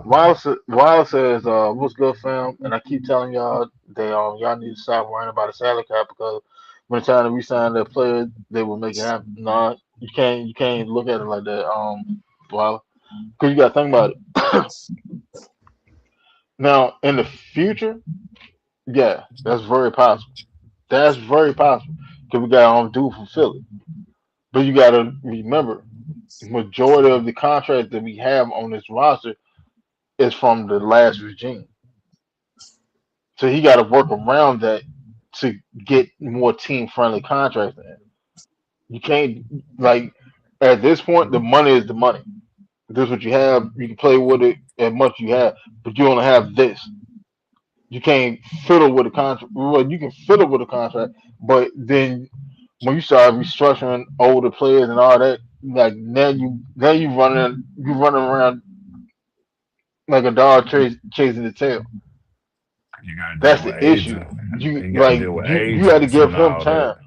Yeah, you got to give him time to get the type of contracts that he want for the roster in here. They're not here yet. Like Drake London contract, team friendly, highly team friendly, and everybody get him 100 on the 35 mil a year, but it's only 11% Yeah. of the salary cap. Then you go look at Kyle Pitts. Kyle Pitts got 3 years for 54 with 36 guaranteed. All right, cool. But in all as well, it's a 2 year deal. See, like you're seeing the different type of contract that's coming down. So with that, like you have to get those type of contracts going through the rest of the roster, and then you can have the flexibility to move around the way Philly do what they do. But for people to sit there and say, "Well, yeah, the salary cap going up next year, we're gonna be all right," like, no, that's a dub. Like that's a dub. It doesn't matter. Like at most, salary cap may go up 23 million. 23 million. All right. When majority, well, I ain't gonna say majority, but a lot of your team contract ends after this season. 23 mil, like how much you actually gonna be able to resign? That's why I'm sitting there saying it's better for us to sign B John now, find the money for B John now, and get him out of the way, and then go into solidifying your roster and shit next year with that cap money. Than to have this season play out, and if Tua sit there and went out and do what he's supposed to do, then we cook because there's gonna be a lot of pieces that can be gone, and you're gonna do we back bargain Ben Hunt like we did at the beginning of Smith team. You ain't trying to go back to that. You're trying to move forward, and the only way for you to actually move forward, you got to get B John contract out of the way. That's good. You gotta look at it because if you do that, and you look at the whole totality of the situation, then you're gonna be banking on those 10 picks to fill out your team, and you don't really want to do that because you're gonna be bargain shopping in free agency when it may be a key talent that may want to come to Atlanta at that point, and then you can't sign because of the money issue with Tua and everything, and Bijan. Because Bijan going to command almost 20 some mil a year. And then on top of that, you signing it within the quarterback market. Shit, you basically scrapping at that point, and you don't want to scrap right now.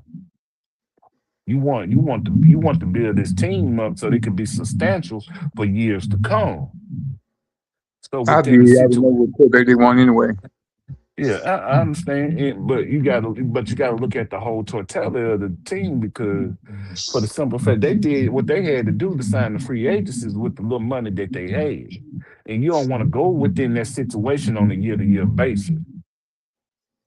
You got to get your key players Thing. out the way, and you got to get your key players out the way. Once you get your key players out the way, then you can build the quality depth that this team needs to be substantial to continue on winning. If we win this year, so with that being said at hand, that's why you just really can't harp on that. And I agree with Winston to that point. Nick, what's going on? What? What happening? What happening? Let's see. What's good? What's good with y'all fellas, man? Man, Nate, we Cool, man. cool, man. Cool. Going Talking on, my about boy, Silk City. hold on. Hey, man. Hey, before I don't know what y'all was talking about before I tuned in, but can I just say something real quick? Go Go for it. ahead. All right, me as a grown man, I I feel like y'all family now, so I feel like I could be myself on this show. You feel me? And I'm gonna say Go ahead. that I'm scared, bro, What you scared about? because they Scared done about. gave Kyle Pitts his money, and you know what happened after you know what happened after people get that money. You know what I mean? They start practicing a little harder. They stop running routes. You Come know on, that man. boy. You know what I'm saying? I'm just Come saying, on, man. bro. He just got a lot of check. You know what I'm saying? I'm Hold just on. saying, Let me bro. ask you this. Let me ask you this. Do you think the same thing as though Drake London? That's what I was thinking, Winston. That's what I was thinking. Great. Go ahead. That's what I was No, thinking I don't too. think that about Drake London because Drake London ain't never showed me that before. Calvin come for money, so he ain't got to worry about him. Uh, But I mean, That's not like a person coming even ahead. even outside of that, like the the narrative of Kyle Pitts not running hard and all this other stuff. Go look at his routes. Like shit, in all actuality, go it could happen to go Drake too, look. Winston. Though it could happen to Drake. Drake could get lazy and shit too. No, like in all actuality, like They come for this is money what too. I'm saying. This is what I'm sitting there saying about look at his routes, right? When a lot of people sit there and say that he ran a lazy route, you see him, he slowed up, yeah, because he's running a route against zone defense, so he's slowing down within the window, or he's running an out route, so you got to slow down to catch a ball before you go out of bounds. Yeah, Like people don't actually see that. They just see it see, well, he just slowed down and not sitting there actually seeing what the route is or what the defense is dictating to the route. yeah. But it the surface level of it is, well, he slowed down. He just lazy on his route. All right, why was he lazy on the route? That's the question that always got to be asked, regardless of whatever the hell is going on. Always ask why. Why did this happen? And then once you get to that answer, that's how you got a better understanding of what the situation is. But Well, I mean, hell, if you put it like, like that, then he don't got no more excuses, bro. He got his bread. It's time to go ball now. yeah, I mean, like that's what I was saying for the longest because you got to think about it. Pitts plays a dependent position. He can't throw himself the ball. That's true. It doesn't matter how crucial of a route that I run. I could be wide open. If you don't throw me the ball, then what yardage am I supposed to get? You right? Like I sit there No, and no, see a but whole listen. bunch of people. I see a whole bunch of people do. Well, he only had like two receptions. He only had like four receptions. All right. Well, watch this. Cause this, I promise you, this will always be my counter. How many targets did he have? How 3. many targets did he have? All right. So he caught two out of three. That's That's fifty. 66%. That's 66% right there. Right, but So Winston, That's a good day. now, Winston. hold on. That's a good. How many drops did he have last year? I think it was double Who? digits, right? No, he Who? had two. Two. Kyle Pitts only had 2 drops. Kyle Only Pitts only two. had two drops. Hold on, How many watch it. receptions did he have though? Watch it. 88. Watch it. Who else had two drops last year? Drake. Uh, Drake. Okay. But no, So Winston. hold on, Winston, I got to say something.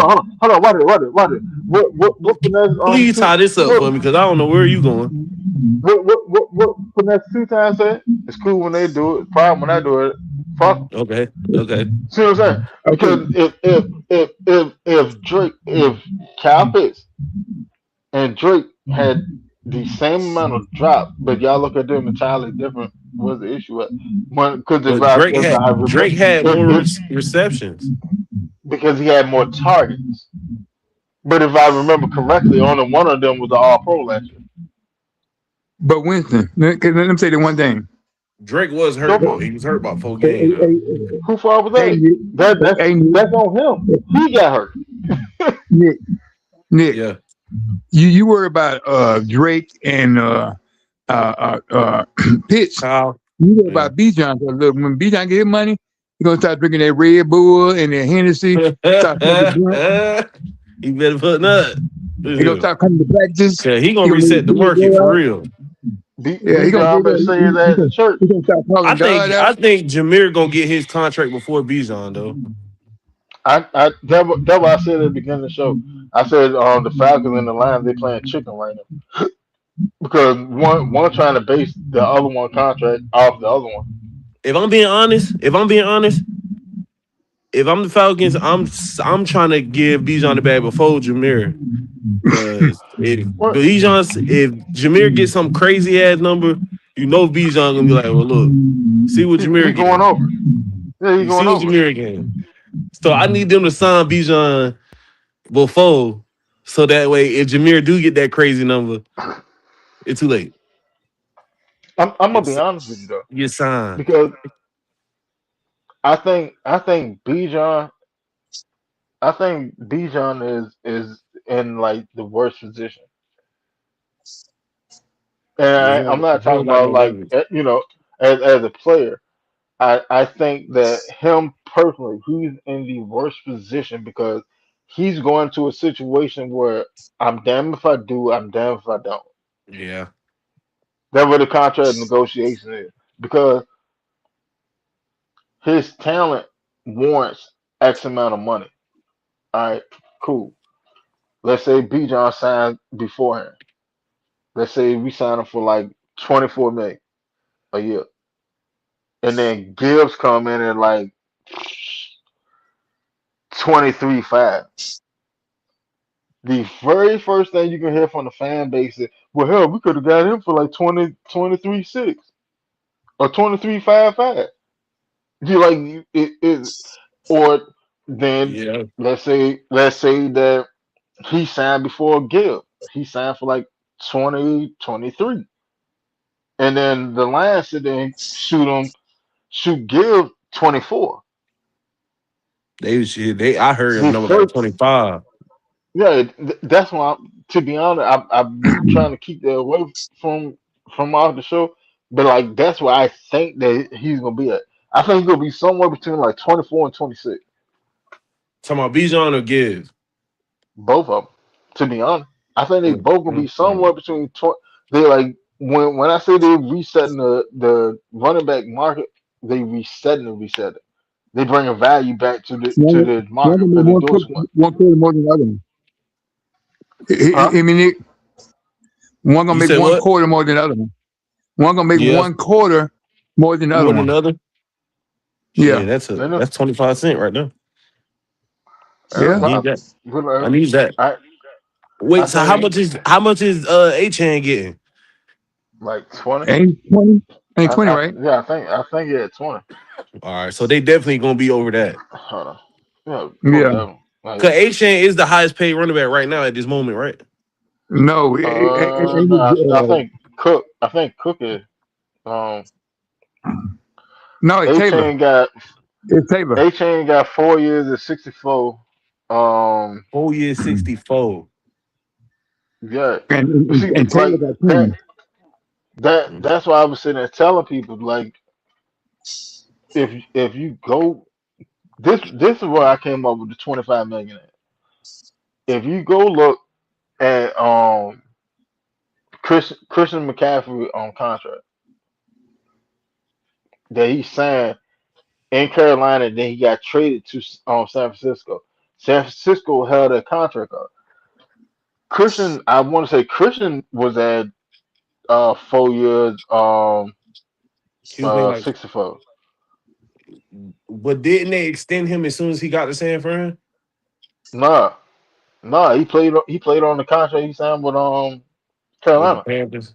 Yeah, because he got hurt when he got there at first, right?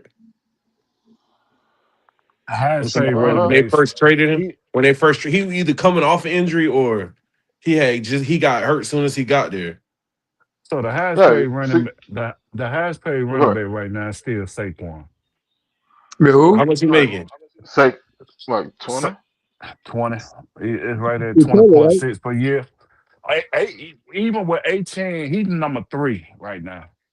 That's Right. with his suspension this year that he For got this real? year. Oh Yeah, he yeah. number three. Oh yeah, they Christian got to drop that. McCaffrey. They gonna drop that bag. Oh, But Christian see why that? McCaffrey. Christian McCaffrey is at 19 a year. Right And now? Yeah, yeah, yeah. that's from his extension. His Carolina Mhm. contract, his Carolina contract is down to the same as Asian. It just had more guaranteed money. 'Cause he got Hmm. 4 years, 64 million. But he And he got He had 30. He got 30 guaranteed he gonna at want a new bag 21 soon too, up front. McCaffrey. yeah, because he averaging that 16 a year without the other incentives and everything. His NFL average is 16 mil per year. So What I'm saying, Saquon, then James, then Saquon, then McCaffrey, Asian, and then 18. damn. And then So where James then? James Cook. Right behind 18 is Brees Hall from the Jets. And Oh then yeah, he rounding out did the just get top a new job. and then rounding out the top five is Derrick Henry. Damn, James Cook not even in the top five. He Oh No. yeah, just because he just got an he get like extension. 15. His extension ain't kicked in yet. Oh, okay. All right. Yeah. Mm, But I mm. mean, like that's what I'm saying. Like Well, shit, when if we do it like how Buffalo did it with James, then I can fuck with that. hell no, man, you ain't get no shit like Oh, that. Fuck, that was hurt. Like B. John would get his extension, and he should get it. I think B. John would get his extension before training camp. this But year? yeah, this year, Oh I shit. think, I think, I think, I, I put it to you like this. I think 7 times, well, 8 times out of 10, you're gonna see an alert for B. John extension somewhere within like the next 2 weeks. I mean, if that's the case, then they done locked in everybody except for the quarterback. Really, But that's what you're supposed to do. You need a core. You need a core. Yeah, think about it.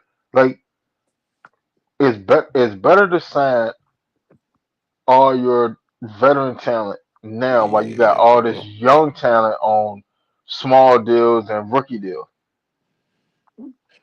So I'm your gonna trust in team, the process, man. That's all. so your roster is together. Because when their contracts come down, it's going to change your roster. Some people got to go. So if I got majority of y'all locked up, I don't have to worry about y'all leaving. Like Kyle Pitts contract, people don't. Well, you don't deserve it. Man, you crazy. Why would he not deserve that? In all actuality, and then he did us a solid because he took a 3 year deal, which is all actuality, and then but a 2 year deal. Yeah, because He most of that he's money he, guaranteed up front. but see, but notice what he did though, because it's actually a 2 year deal. His contract is congruent with Michael Penix's. If if Michael Penix get a 5th year option, they both come up for a contract extension in the same year. Okay. That's keeping your core together.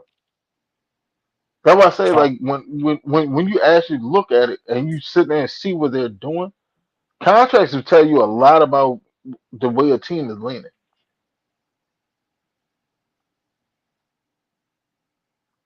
Because if they felt differently, well, shit, we can just go on and sign you for a 3 year. Or hell, we could have just signed you. Hell, we could have probably got him in here on a 2 year deal, a straight 2 year deal at roughly like the same shit, or a little bit Yeah. lower. You know what I'm saying? Probably like 48. More guaranteed money, probably. I mean, not 48. Because if we did a 2 year with him, probably like 2 years, 38. 38, 38 to 39. Probably could have got him in. But then your guarantee money would have to be like damn near the whole contract. Yeah. That'd have been crazy. The whole contract guaranteed. All right. But I mean, when you do it in a 3 year time frame, you spread the guarantee money out over a 3 year span instead of compiling it in the 2 year span, which give you cap flexibility. Cause now you got more So money in the cap. so Bijan, the last big name we got to sign. This year, yes. Ain't Bergeron coming up too? Bergeron come up after next year. Bates contract come to an end after next year.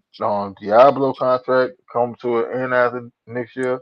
Harrison up for extension after next year. Would need an extension after next year because he's going into his 4th year. He was a third round pick, so he got to get an extension. Either he got to get an extension, he got to go, or he's a free agent. Yeah. Um, who else? Mike Hughes contract come to an end after this year. Good fucking Uh, riddance. hell, Y'all know how I feel about Mike Hughes, but man, you know. Mikey. It's- um, who else we got in here? Shit, Noodle contract come to an end after this year. I think they probably got his replacement on the line already though, but I ain't gonna say too much. What's dude name? Brock Mile, whatever. Yeah, I heard he was a dog too. Like, he was nice in Miami. Came from Like Bama too, though. I have no problem with him sitting there sitting for a year, actually learning from Callahan, and then taking over. Oh Yeah. yeah, I don't see no problem with it. The thing is, you can't keep him on the practice squad. Can't do it. No. Somebody can take his ass. Yeah, no, you can't Like keep him. man, no, like he has to be on the 53. Somebody was take him. So that's what I'm saying. Like it when you looking at roster construction, it's so much more than just big names. It it's so many intricacies to it, and then people wonder why like GMs and all them get paid big money. Like it's some shit of shit to it. It's more than just I like that nigga game. Get him over here to Atlanta. No, like how does this work? How would you work in Atlanta? We run this type of scheme. All right, so how are you against the man coverage? How are you against zone coverage? What do you prefer the ball? Where are your most explosive plays at? Can you take it from a hitch and go? Can you house it off of a slant? Are you qualified as a third possession receiver on third down? Like all this shit goes into every player. Every player. That's your synopsis. Then we got to make the money work. Because when I'm looking at your contract and I'm trying to do your contract, I got to do your contract against the other 52 motherfuckers that's on the team. Yeah, I gotta do your How contract and how think did about everybody else at the same time. yeah how did all right well this guy contract ends next season or But But just speaking to the that, we got a lot of 1 year contracts and we signed a lot of 1 year deals mhm. this year anyway. So I'm saying like it's so much more shit to it. It's so much more shit than just getting somebody in the building. And people talking about salary cap going up. Yeah, like that's natural. Salary cap go up every year. But who's like when you sign a quarterback on a full quarterback extension, you're looking at roughly like 40% of your salary cap being gone just off of his shit. yeah, So how do you fit everything else around it? Just to have a competent team. Tom you can't Brady, count on motherfuckers who want to take a pay cut. yeah, like Tom Brady won because he had talent, true. But Tom Brady won because he was taking pay cuts to keep talent around him. Yeah, that's why his last That's year how he that's why won. he left. Because they want to get him that bread. Right, like that's how he won. Because they were able to go get talent. Like Falcons fans, we became so enamored with names because we done had some big names come down through it. But I What think it's we Riggs, enamored because we Riley, don't have that many big names. exactly. That's the thing. Like we, a lot of fans are steady clawing and scratching for the Knicks' big thing. You're right. And I get it, but you don't need the Knicks' big thing to be a winning team. Truth be To told, we get where already we got want that to go, though. you don't really need that. You We have already that. got You that have though. that in the backfield. Yeah, Your big exactly. name I'm is in about the to say backfield. back so. And You, wide you, receiver one, Drake could be, you know what I'm saying? He going Drake like gonna right now, we pretty much if one of these two quarterbacks can knock it out of the park, and this right tackle position can be at least exponentially better, consistent. exponentially better than Wilkerson last year, who was Ooh, absolutely awesome. God. So, so if we can get like above average to above average right tackle play, Boy, hey, Wilkinson I'm gonna made be me honest miss with you, like we could do Caleb something. McGarry so much. I took Caleb McGarry for granted like a mug, but I ain't lying. I was telling motherfucker that shit for the longest. Like McGarry, people got hung up on McGarry and kept saying he was trash and shit because of what happened in his first year and the second year. No, he was still learning how to be a pass blocking tackle, but he wasn't a blindside protector. So he had time to grow. But he looked a whole he got exponentially better as a pass blocker. Facts. But in people's mind, all they could see was year one, year two, Yeah. and then really like you got to think about it. We had a top five offensive line for like 2 years back to back with McGarry anchoring. What what did offensive line look like last year? Shit. Average. Like you see what I'm saying? Like imagine what that offense would have looked like last year if McGarry was in it. Yeah. People take offensive lineman for a joke. I'm sorry, like you listen to any Hall of Fame coach, anybody that worth they salt, they would tell you off the rip, you win the game in the trenches. There's no if and buts about it. If you want to build a contender, you have to build your shit in the trenches and then out. You don't get all like the Falcons always had the star talent on the outside because that was the glitz and glamour that fits the town, that fit the city of Atlanta. Like if you look at a team, usually that team fits the area that they are. They fit that area. It's just how it goes. And Atlanta is a star. Atlanta is a star laden city. So what do they always go do? They go get talent. They go get stars. Andre Rison, uh, Julio Jones, Tony Gonzalez. But like in all actuality, how many homegrown stars have we actually really had? Michael Turner came over in free agency. Homegrown stars. You got Matt Ryan, Julio, homegrown. Uh, Jamal Anderson. Uh, I mean, Roddy White. Like the homegrown stars are far and few in between because we just ain't built a team right.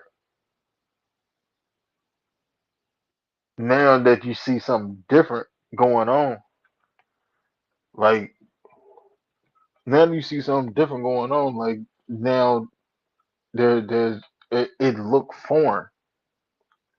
But what Ian's doing is the correct way to build a team. Hey, can y'all hear me? Hold on.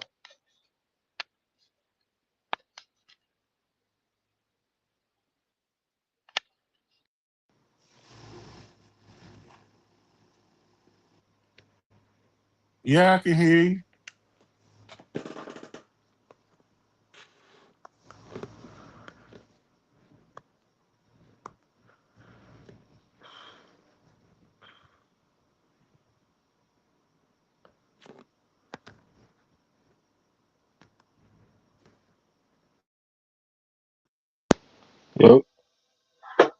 Yo, can y'all hear me?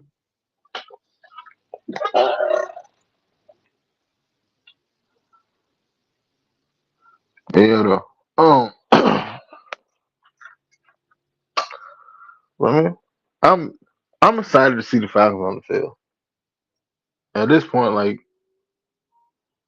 that's where I'm at with it. I think if we got this quarterback situation together, we could do something. We could do something this year. Now, I'm not gonna sit there and say we can go make a Super Bowl run. I mean, I wouldn't sit there and say that it's completely out of the realm of it either. But we definitely should be able to do something though. But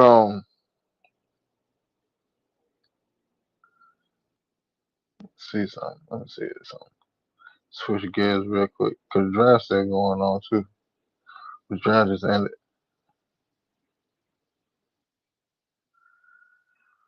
So all right, uh, let's talk about these Hawks. ESPN gave the Hawks a A minus grade for their draft. They got Kingston Fleming, Zuby Ejiofor, and Henry Visa. They said now before I even get into this, I think the Hawks took and got down tripped up. I ain't gonna lie to you. And I say that because of this. You have plenty of backcourt talent as it. Now, do you have a true point guard? No, we didn't. Um, but the Hawk issue is the same issue they've had for the longest.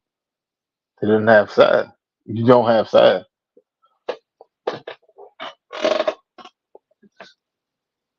The Hawks and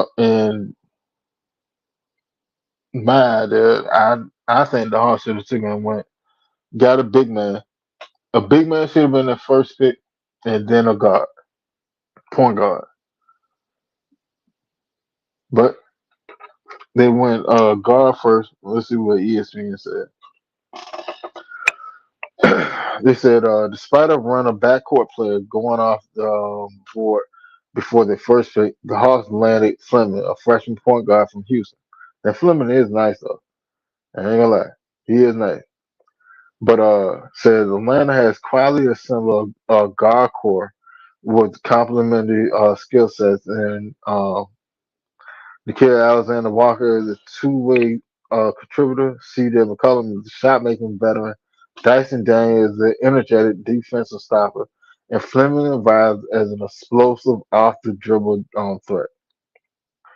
House coach Quinn Snyder should be able to mix and match his personnel and allow the 19-year-old Fleming to develop on his own timetable. Ejiofor brings length and defensive toughness to an Atlanta front court that needed more depth. He should be ready to contribute immediately after spending 4 years in college. I don't know, bro. Like,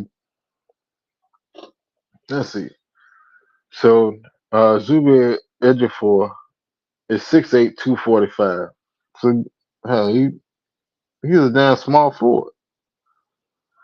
Then they went and got Henry Visa, who's 6'11", 227. Let's see what the hell this stats look like.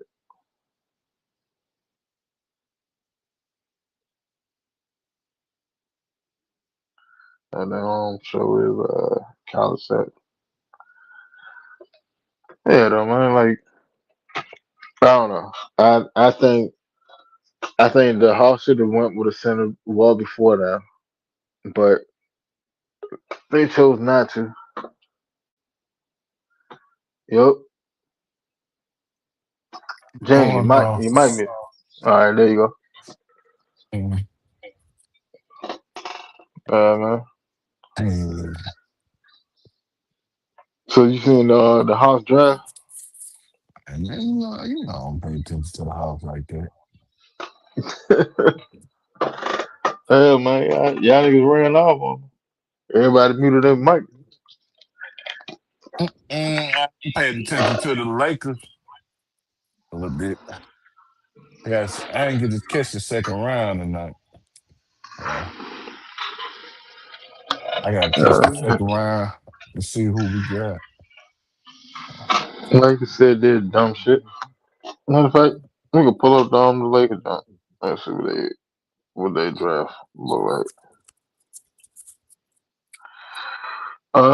They got Cameron Carr in the first round. Carr profiles as a logical like a target. He's 21 years old, spent 3 years in college, and was a reliable three-point shooter at Baylor last season, particularly on catch and shoot opportunity. As Los Angeles reworks his roster around Luka Doncic, experienced floor spacers on rookie contracts are worth their weight in gold. Speaking of weight, though, Carr is unusually light for a wing. He listed at just 184 pounds and will almost certainly struggle on the defense end until he adds strength. Doncic's teams have been most successful when he's been surrounded by true 3 and D wings, but Carr hasn't yet earned that label. Man, that boy light in the ass, huh? Yeah, but he'll put on weight in the NBA though. Yeah, but I'm pretty sure later. Like when you've been playing that light for that long, it's hard for you to put on weight. That's Not true saying the too. saying is like you can't put on weight. It's hard for your body to still be functional with added weight. Hmm. Because if you want to play on the wing, like he need to get his ass up to like 215 at least 210, 215. That's down at 40 pounds. Look at Steph Curry. Remember that year? When was it? It was I want to say 2018. Nah, it might have been before that. Anyway, Steph Curry could put on weight. It got up to like 206. Man, that man game was all types of fucked up. He spent the majority of the season sitting there trying to cut weight to get back to his game. Okay, he can't move the same way. It ain't football. This ain't football. You got to be able to move. You got to slide in public.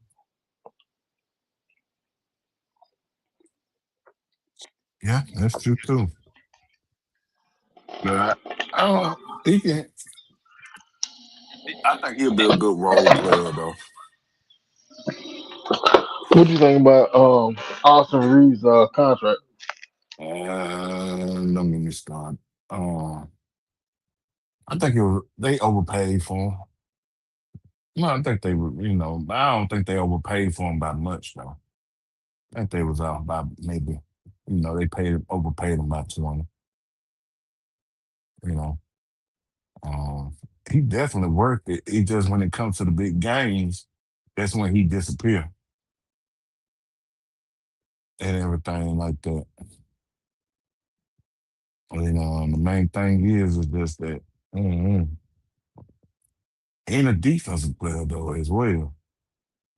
So it definitely with the signing of him, it definitely is going to keep an eye on what they're going to do with LeBron at this point. Be real. Yeah, at this point you gotta bring him back.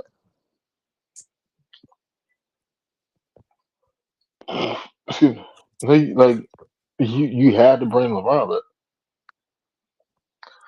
And I know there's a lot of people that said that, man, don't get Bron, the Lakers. Like, bro, stop it. Bron at 41 is a better player than Austin Reeves at like what 26. He's still a better player than Reeves. Well, That's very telling. Then you gotta think about it. Look at all the money that you need to put into the goddamn backcourt, and neither one of them play defense.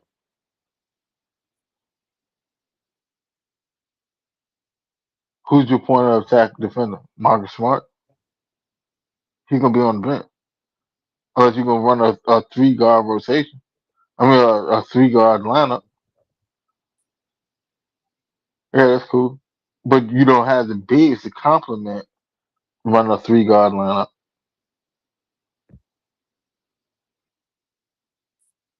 Like the Lakers been building this team for shit for the longest. Their issue was it's not because Bron came to town and shit. The issue and what fucked them was they took and broke up the championship team after the goddamn bubble. That would fuck the Lakers.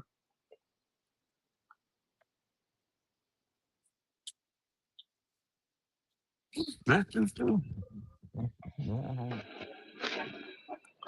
I mean, I'm a bit, that's a fact. You had a team, you had a point guard, you had the shooting guard, you had small four, power four, you had centers, you had centers that should have been able to make another run, but you tore the team down, brought in a whole bunch of old motherfuckers. They couldn't do shit. Brian and AD got hurt the following year. Yeah, Carmelo, Russ, uh, who was on that damn team? It was a shit motherfucker. Brian missed like 50 games. It was like, no, he missed like 30 something games. And AD missed like 50. And they couldn't hold down the floor without him. Mm. I've been seeing a lot of posts. They saying they open the trade, Brian, though. Can't trade him because his contract up. Uh, it's gonna be like one of them sign and trade type of deal.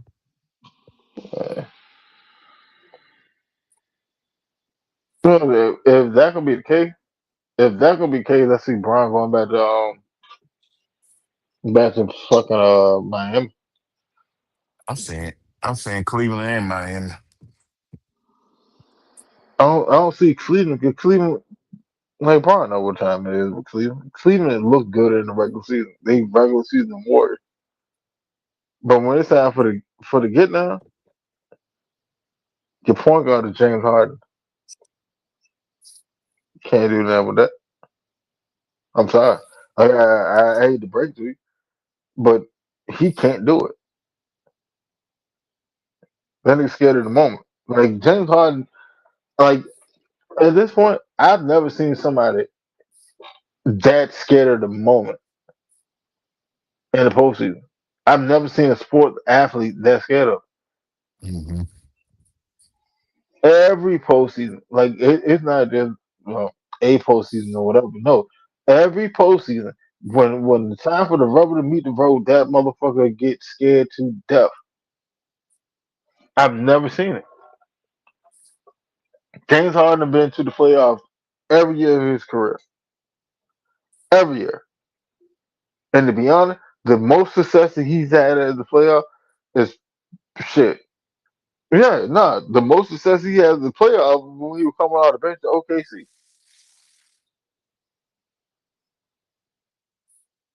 That's the only time he been to the final.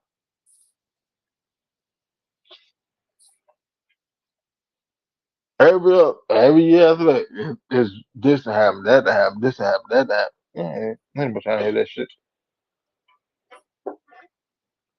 You won't shoot, you won't score, you won't play defense. Like, what the fuck you out here for? At that point, like, what are you out here for? Why am I paying you all this money to look good and sell tickets in the regular season? Like, come on, man. Oh no. No, he. The If, thing if, is, huh? Go ahead.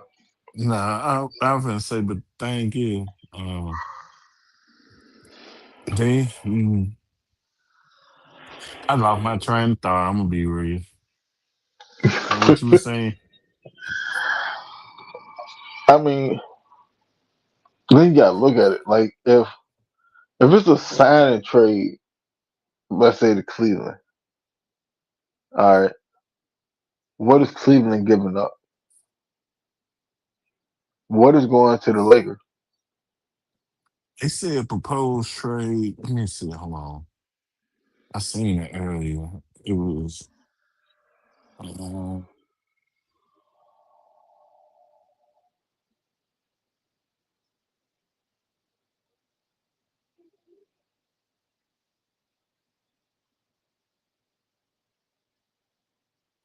Cleveland. They were saying that they were gonna trade. Said proposed trade would be. Said would kill to. They're saying it would be for Jared Allen. Well, The, Sa- I wouldn't the, even Sa- accept it. What's that?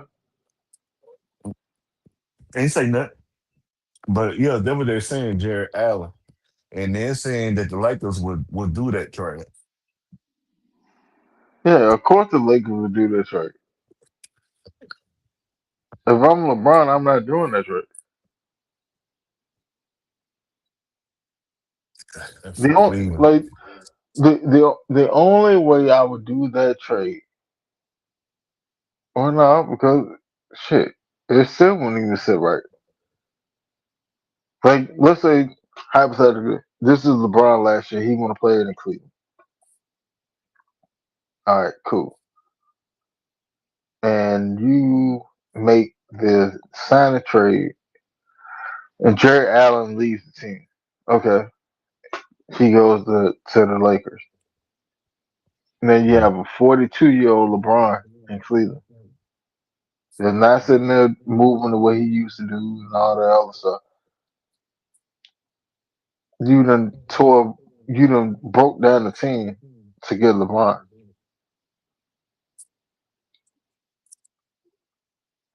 Cleveland fans will hate his ass after that. Hmm.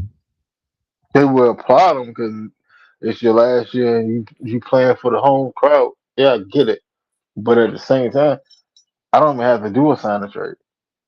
My contract's up. I can just go to Cleveland. And then you can keep Jared Allen and the Lakers go on, move on the way y'all want to move on. Keep Jared Allen. I just signed with Cleveland. Now we have a shot at actually doing something.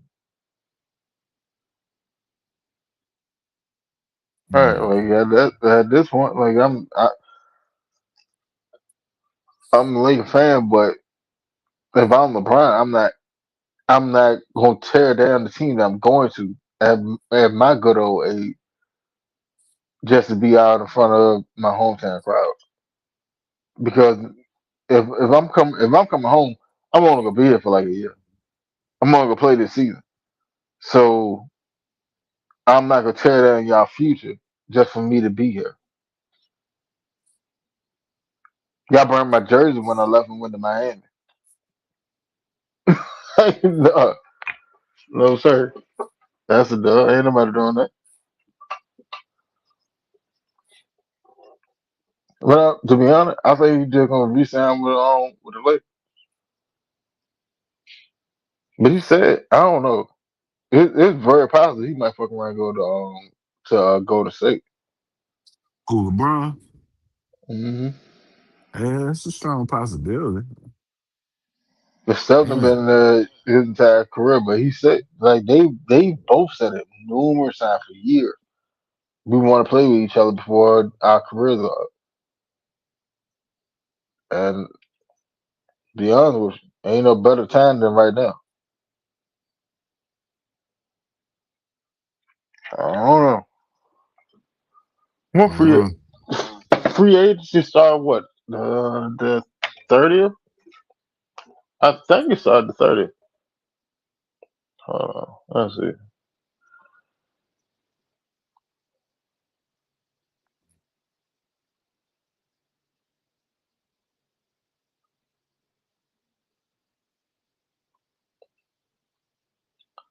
So we got the 30th at 6 p.m.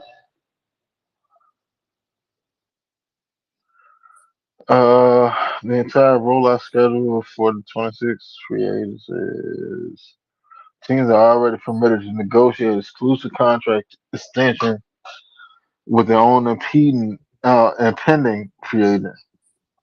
June 30th, the official negotiation window open for all league free agents. July 1st through 6th, the league enters annual moratorium period. Verbal agreements can continue to be reached, but no official contracts can be signed. That's between July 1st and July 6th. July 6th, 12:01 p.m. Eastern Time. The moratorium officially ends. Teams can begin signing players to contract and finalize official trades. Yeah, what was that? Next, yeah, that's Tuesday. So there's gonna be some moving and shaking going on. hmm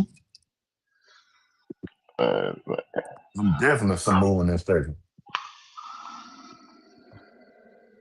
Yeah. I want to see Uh-oh. if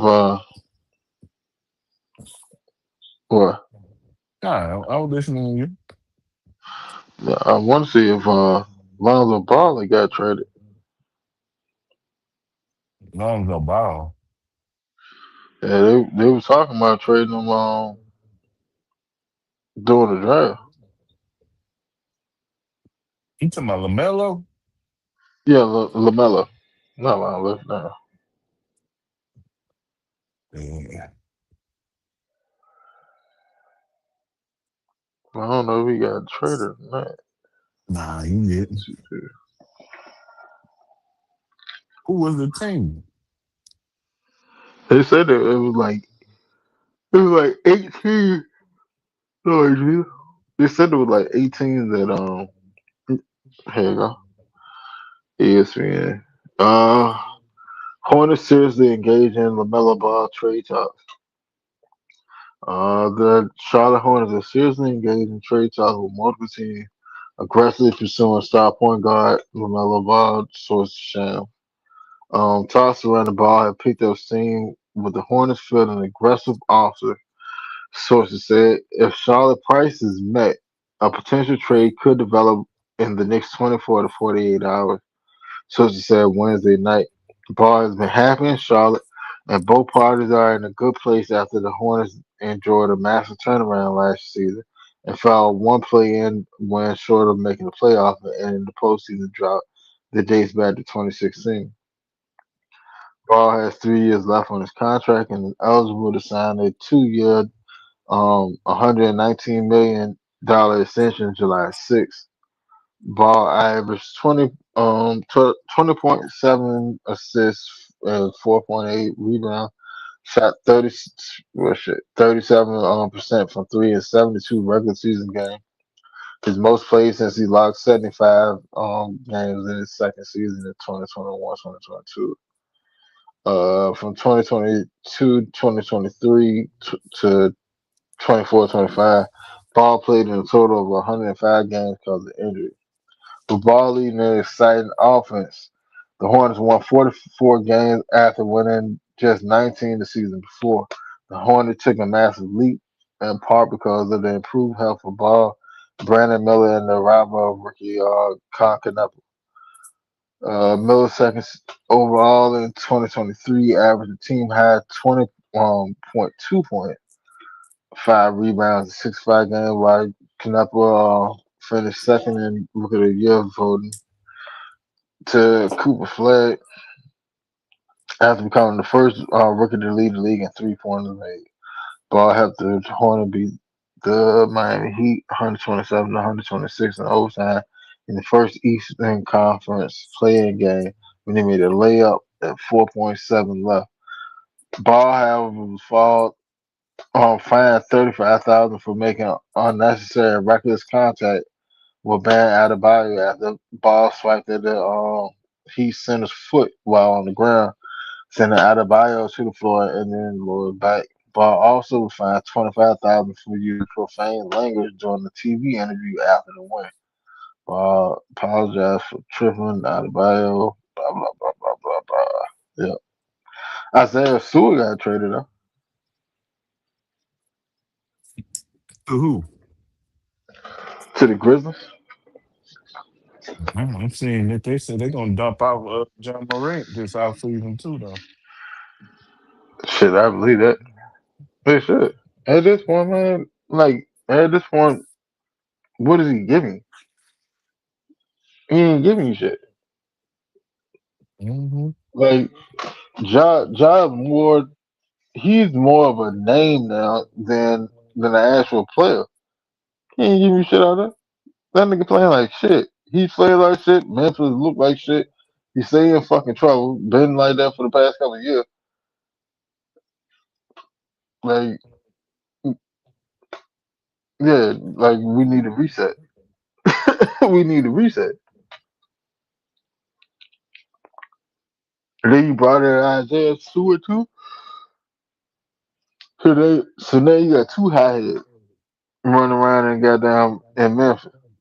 Yeah, I don't know. I don't know. They need a vet.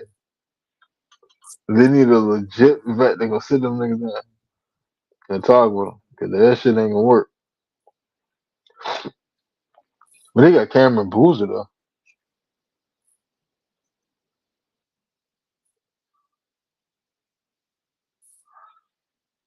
I They don't got know. Huh? they said I got Cameron Boozer. Yeah, they drafted Boozer. They drafted Boozer. They got Kareem Lopez, a Ford. Um, I don't know. I mean, like looking at it off of the names, looking at the paper, Memphis should have a squad. They're just looking at the paper. But like John always said, man, get this shit out of the paper when you get down, put it on the field. I don't know. I don't see how that shit. I don't see how it can really work out for them as currently constructed. They should have drafted another guard. They should have drafted a guard to get at least put behind um Ja. That would have been their best shit. But I don't know. Mhm. Shit, man. Uh, anything else you want to talk about? Yeah, pretty much it, boss. Uh, I'm gonna wrap it up. Shit, gotta do Saturday show. Sat. That's what I'm gonna start doing. I'm gonna start doing like a 2 hour show on Wednesday, and then like three, four, five, whatever. The long show be on Saturday. Okay, okay. Yeah, I should be available this Saturday. shit. We get to All right. it. Well, everybody, y'all take care out there in the lane. Let them know where they can find you. On here, on the eye test. Hold on. Who? Oh, hold on. Could it What? be? Could it be? John Blake, the other half of the eye test. Hey, John, you got to go out and come back in. I can't hear you. I didn't say nothing. I can't hear you. I can see your mouth moving. I can't hear you though. Oh, okay. I go out. I see what's up. Cause it might be this Hey, doggone. somebody in the chat. Somebody in the chat tell John you got to go. Hold on, matter of fact. He I heard heard. you. I heard He you. heard you. He heard you win.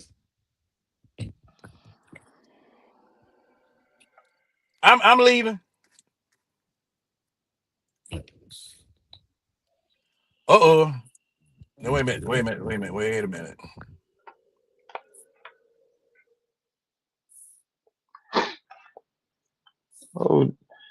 Oh, John Blazing came through here. Hey, y'all All right. stay tuned. You got Can you hear me now, Winston? hold on. It, John, you keep talking. Let me see what the I can fix this on mine. Yeah. Can you hear me, James? Can anybody hear me? It might be this phone. Might be this iPhone. Cause see, I don't. Oh, fuck.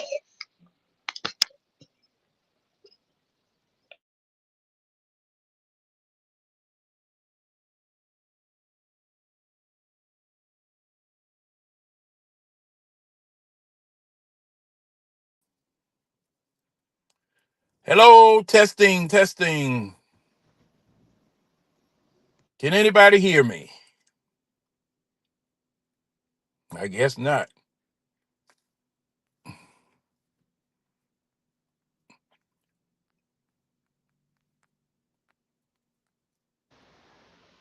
My check, my check. Can you hear me? I can hear you, Winston. Can you hear me?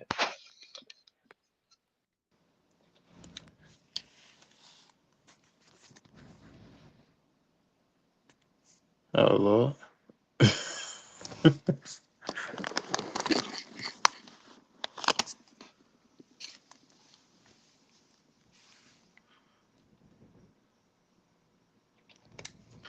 Well, John, I'm gonna reconnect my headphone, and then you come back in. Hold on, give me a second.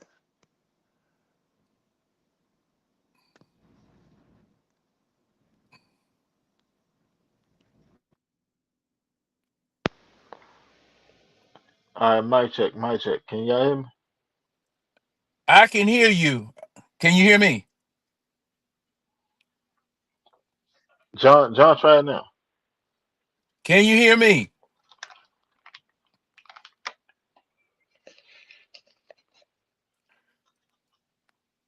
James dropping all that. That didn't help the audio. Stream y'all, man. People sitting there fluctuating in and out. Cool, see you hear me? All right, bet.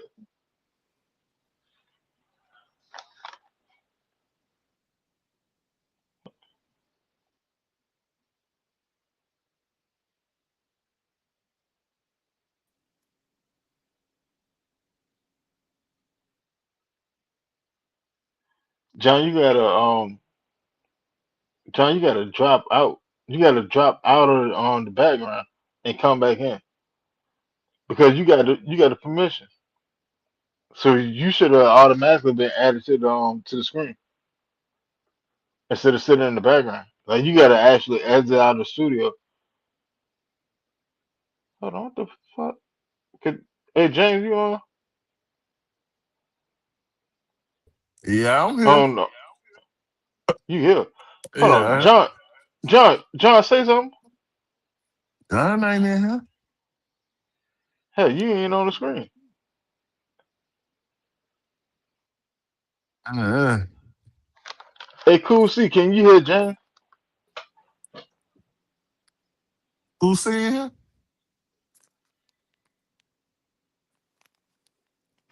No, Cool C on in the panel. John, you here? Hey, John. Hold on, I know what to do.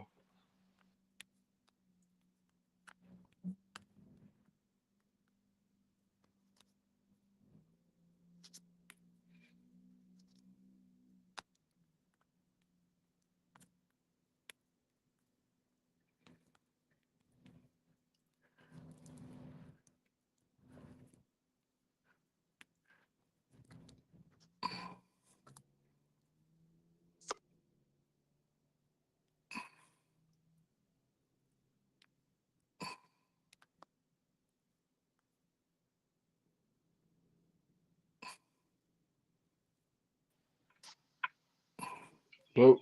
Mic check, mic check,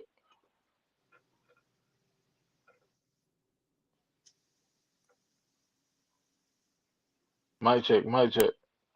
Hear me? I can hear you. Can you hear me? Yeah, I can hear you. The hell? Like, are you on the screen on your end? Cause on my end it's just showing me. I'm on the screen. Is John on the screen?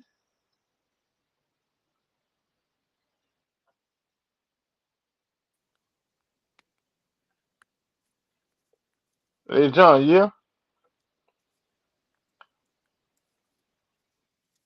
Hey, John. James, you still?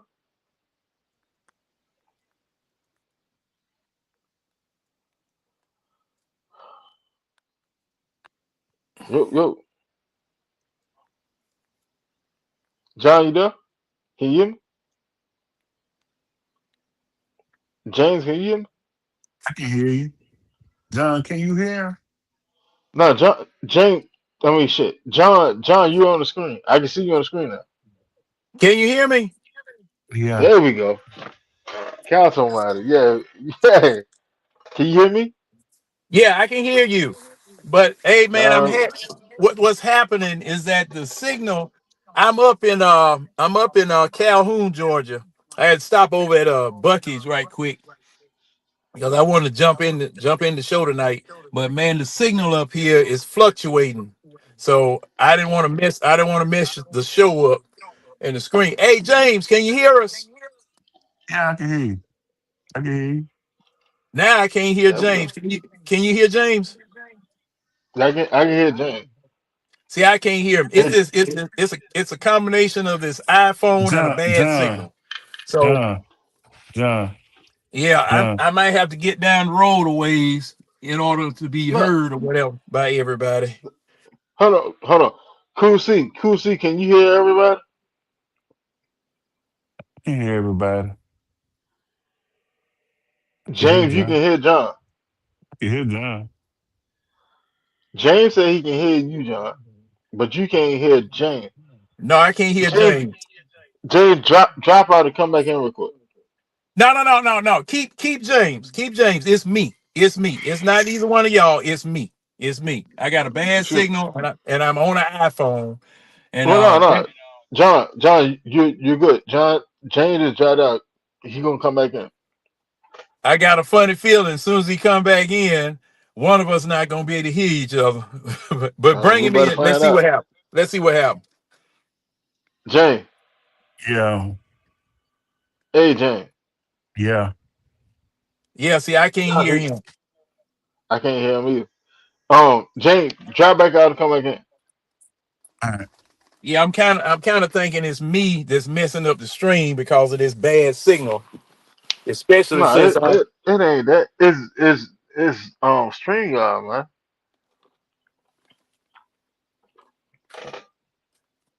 That's what it is. It's StreamYard. StreamYard do this shit all the time. Mm, StreamYard is great. StreamYard is great for what it does. But when StreamYard mess up, StreamYard messes up. man, but this iPhone, see, I can be in the same spot with my Android. Don't have no problem. I can be up here with this doggone iPhone. Only thing this thing will do is get hot and won't even transmit. Yeah, my iPhone be doing the same thing. And Cool C said he said he can hear both all of us. Yeah, but see, like cool. See, me and John can't hear James. Yeah, yeah. That's what it is yet. And see, since I have, since we both have moderator power, I might be knocking James off. Me No, being a no, moderator. that wouldn't Yeah, do it. both. No, that wouldn't do it. It's StreamYard. Yeah, Like yeah, it is that when 'cause I think we are doing the show on the iPhone. So like when a bunch of iPhones come on like at different junctures within the stream, it'll mess up the audio. yeah, yeah. And man, I don't know. And see, I might shoot, cause see if I go out, you know what? Let me Not see. 'cause I like if came I came see in like on Google. I might have to come in on Chrome.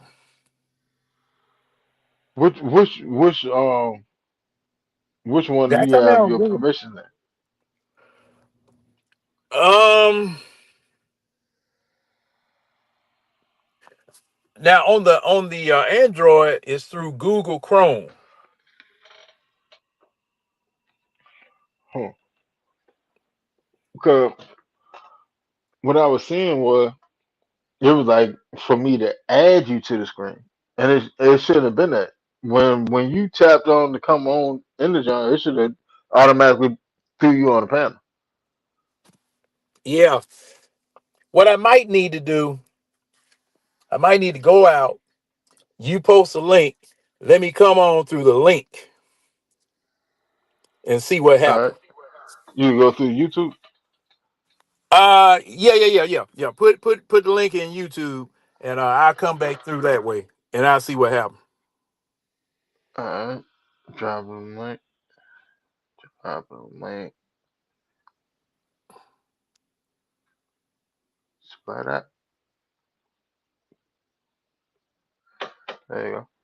Hey man, the link for anybody else who don't want to come in. The the ISS keep an open door policy. Oh yeah though. I know John want to talk about them Hawks and these Falcons. uh, it's been a minute. It's been a minute since the ISS been whole. You know what I'm saying? Let's see what's going on. I don't know what the hell James ran off to.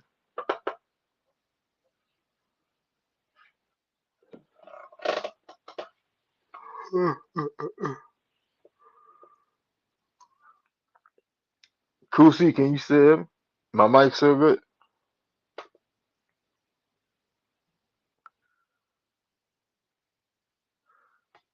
Well, while we wait for everything going on, everybody that's in the chat watching the show and stuff, please hit that like button. Trying to get this further into the algorithm. You know what I'm saying? That way it'd be a whole lot easier for people to find the eye test show. trying. We out here trying to build. Hell, uh, our Twitter account. I'm still trying to recover that. I don't know what the hell happened with it. Yep, Okay. there we go.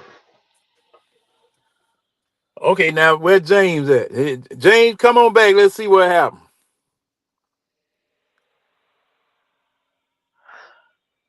Hey, John, man, I was just telling them, man. Uh, our Twitter account. I don't know what the hell happened with the junk. I can't log into Say what? it. Hey, the What actual happened? Twitter account. It I just don't know. dropped. Man, the motherfucker dropped and then sitting there saying that the the uh the address, the email address is connected to a different account. Mine, I have two accounts on my under the same email address.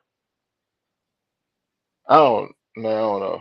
I've been sitting there trying to holler at customer service and stuff, but I don't know. Hmm. Yeah, but shoot. It's been a crazy week for me, especially with the NBA draft coming on and this craziness that we doing. You know, Man, what the hell you been on to, John? uh, working. Yeah, just working. I just finished some situations. I had another little job that I'm gonna have to quit because them jokers want me to drive.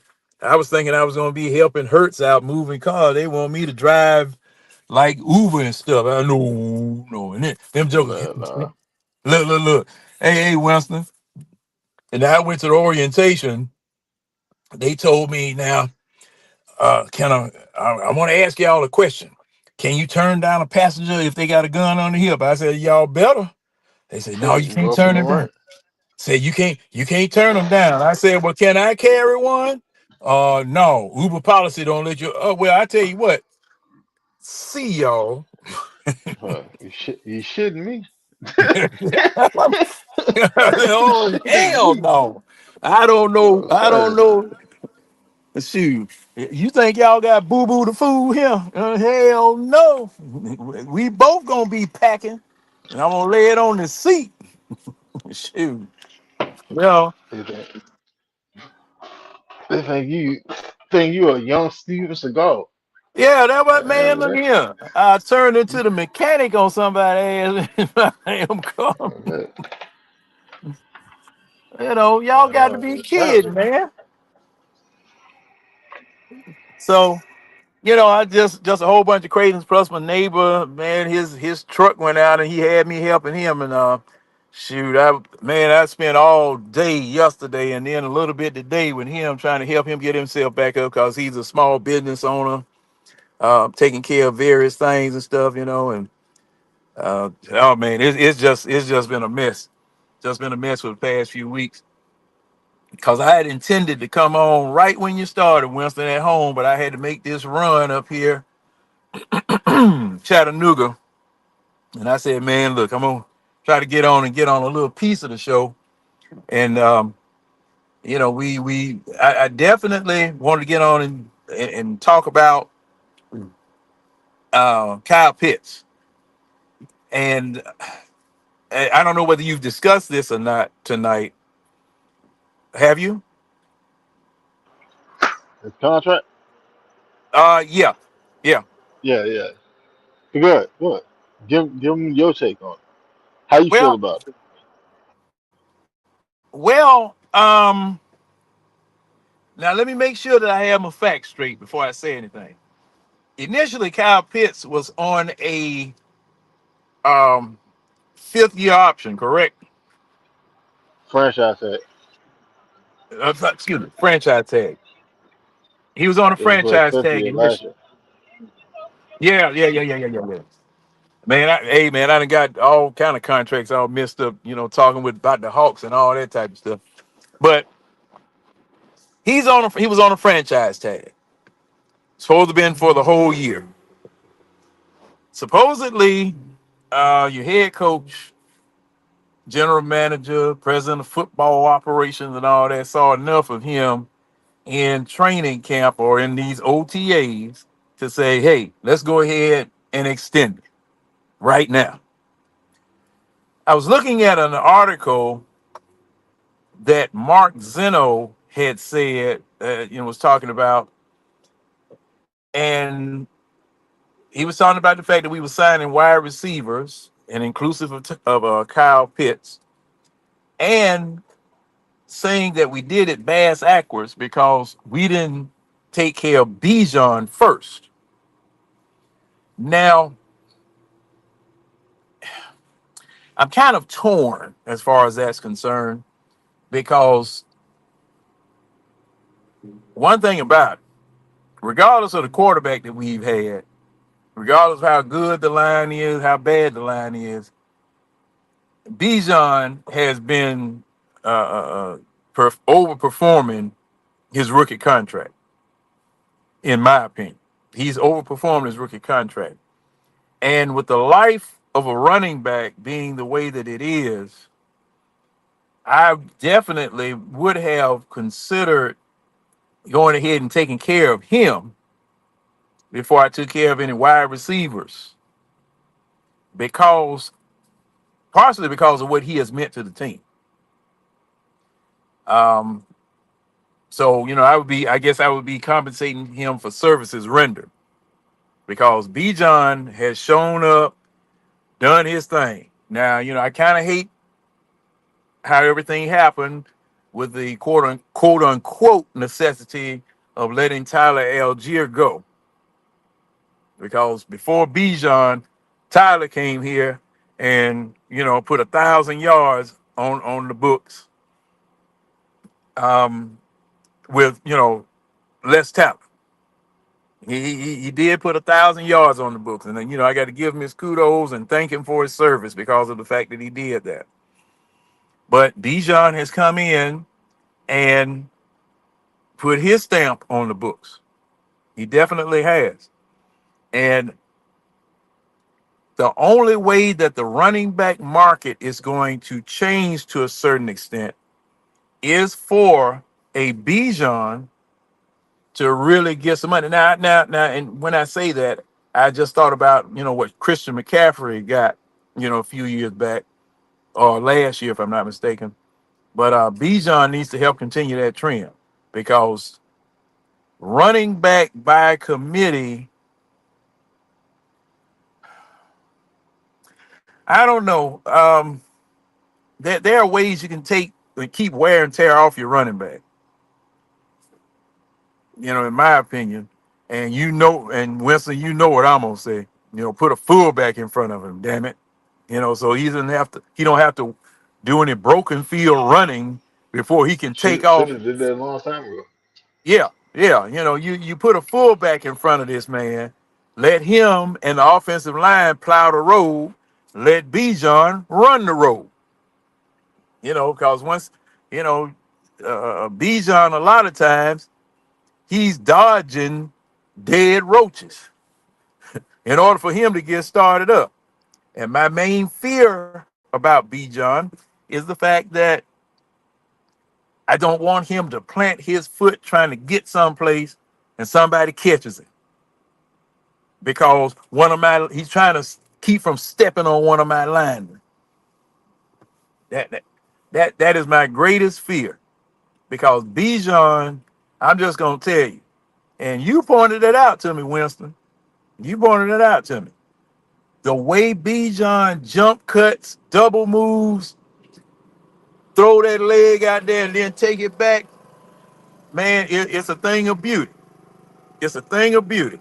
Everybody who sees it, all of the commentators who see it, they just go, ooh, because of what it is that he can do. And I would like to see that continue without him being injured. I'd like to see that continue without him having to, uh, uh, you know, run like he's in a minefield. And I would like for him to have a contract where he can do that and not not be worrying about any money, not have these protracted, unnecessarily protracted uh, negotiations. You know, because hey, the man has proved himself. To be on a shadow of a doubt, the man has proved himself. So reward the man. Just go ahead and reward the man. And that's basically what I was thinking about this. Now, as far as Kyle Pitts is concerned, we all know the quarterback situation that we've had here, the offensive coordinator situation we've had here, um, and all of those things that we were fussing, hollering, and yelling about as far as trying to help him out.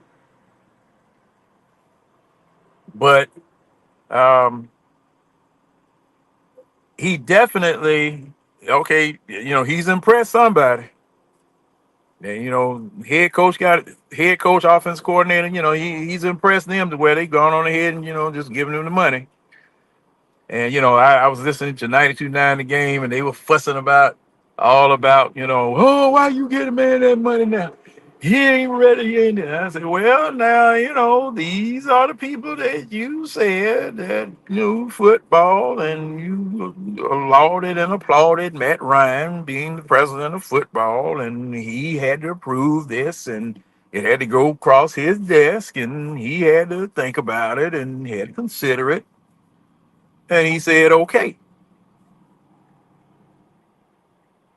So they did.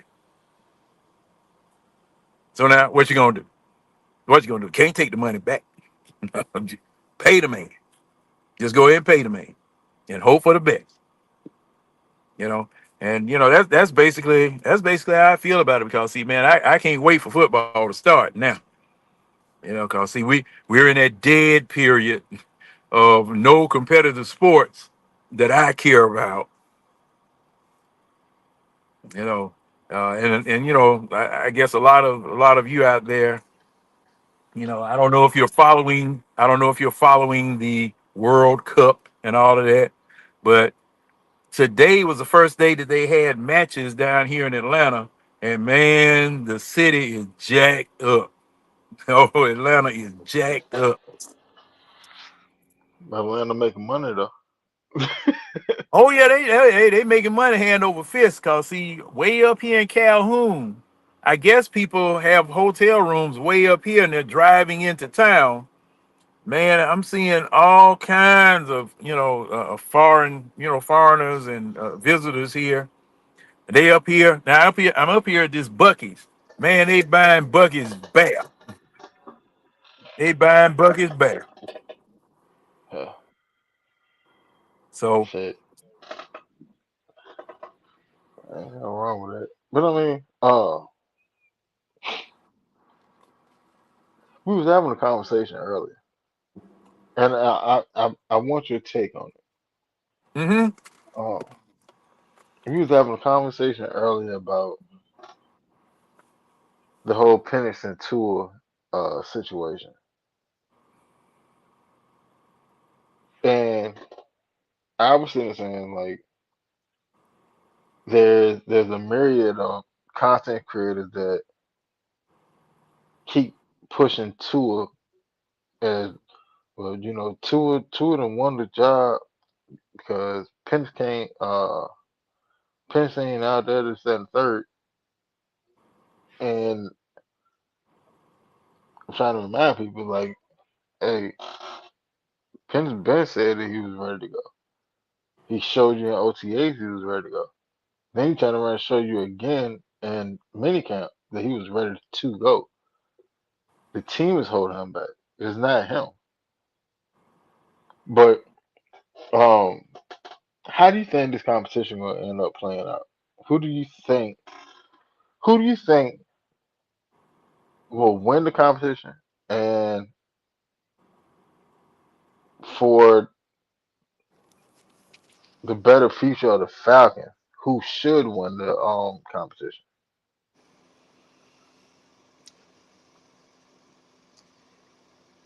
by virtue of the fact that the Falcons picked Michael Penix as high as they did, Michael Penix, Michael Penix is supposed to be the future of the Falcons. Okay. Um, if he's ready to go, Penix should go. Penix definitely should go. Now, this coaching staff is in a pickle.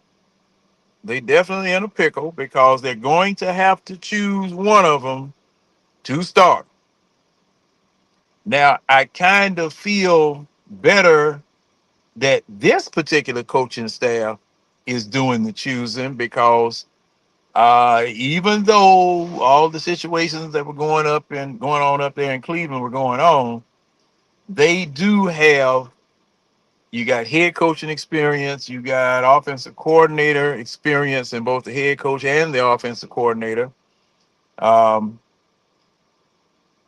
and they're definitely in the same type of pickle that Raheem Morris was in, when all of that junk was jumping off about Kirk Cousins. Because at that time we didn't know how bad Kirk was hurt. We didn't know Kirk was hurt. He lied about it and all that type of stuff. And that's history. But man, if you pick, you better pick right. But one thing good about it, you do have a tool behind you to save your season until if anything goes crazy wrong. Um, if anything happens with Penix, that's one good thing. You do have $1 million insurance policy, and you got somebody else footing the bill on the rest of it. So Winston, if he says he's ready, if he says he's ready, put him on out there. I'm 100% behind it. If the man says he's ready, put him on out there. Let's see what he can do. Let's go.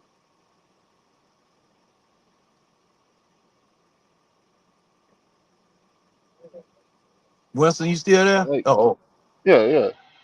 Like, that's where I'm at with it. Like, I'm not knocking Tua. I have no issue with Tua. If Tua won the job, he won the job. Whoever mm-hmm, wins the job, they won the job. mm-hmm, Have no problem with it at all. My thing is this: Pennis is a better athlete.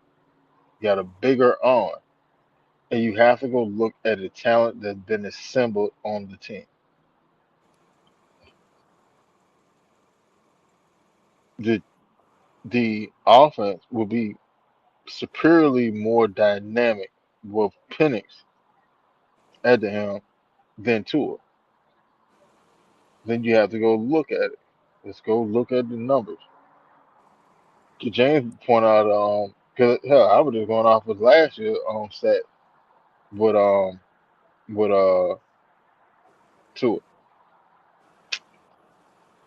Tua had 14 interceptions over 15 games. He didn't even play the entire year. mm, All right. Then James like, well, hell, Tua done had 3 seasons, but he done had at least 10 interceptions in those seasons. Pennis never had a season where he don't had more than three. Hell, he played what 11 games last year, 10, 11 games. He only had 3 interceptions.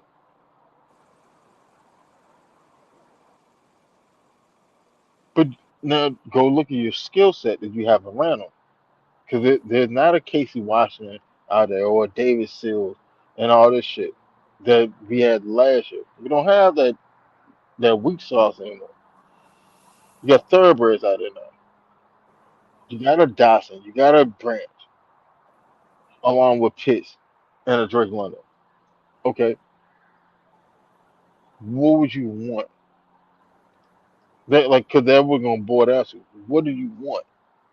You want somebody that's more adept and more likely to push the ball on the field, or you want somebody to sit there and play cautious and still give you turnovers? What do you want? If you pushing the ball on the field, you sitting there trying to hit that home run and you throw a 40-yard interception. I can live with it because hell, that's damn near a punt anyway. Yeah. Hmm. That's damn near a punt anyway. So you still flip the field. This shit got to come back against our defense to get points. But if you sitting there throwing the goddamn interception, there's 5, 10 yards from the line of scrimmage, and you down there the 20, 25. Huh, they down there guaranteed a field goal. Like it's I don't know. Me personally, I would go with Penny. The way I see it is this: if training camp, when training camp get to it, Ray Bud, man, what's that? All right, Gray But Bud. the way I see it is, training camp get into it, and if they're even, you go with Penny. You have to go with Penny at that point. If they're even, if we looking at the lens and they look similar, you have to go with Penny because Tua is what Tua is at this point. Yeah. Like there's no Yeah. changing that. He just is what he is. Penix can still grow and get better. So if he's playing at the same level that Tua's playing at, you have to go with the potential. Because I can keep molding that throughout the season. Hey man, uh, I see. Show me why you threw this fast. All right. Well, while you were looking at this, this was developing over here. You can still grow, but if you're even with a former Pro Bowl quarterback that's technically still in his prime, I'm going with the potential.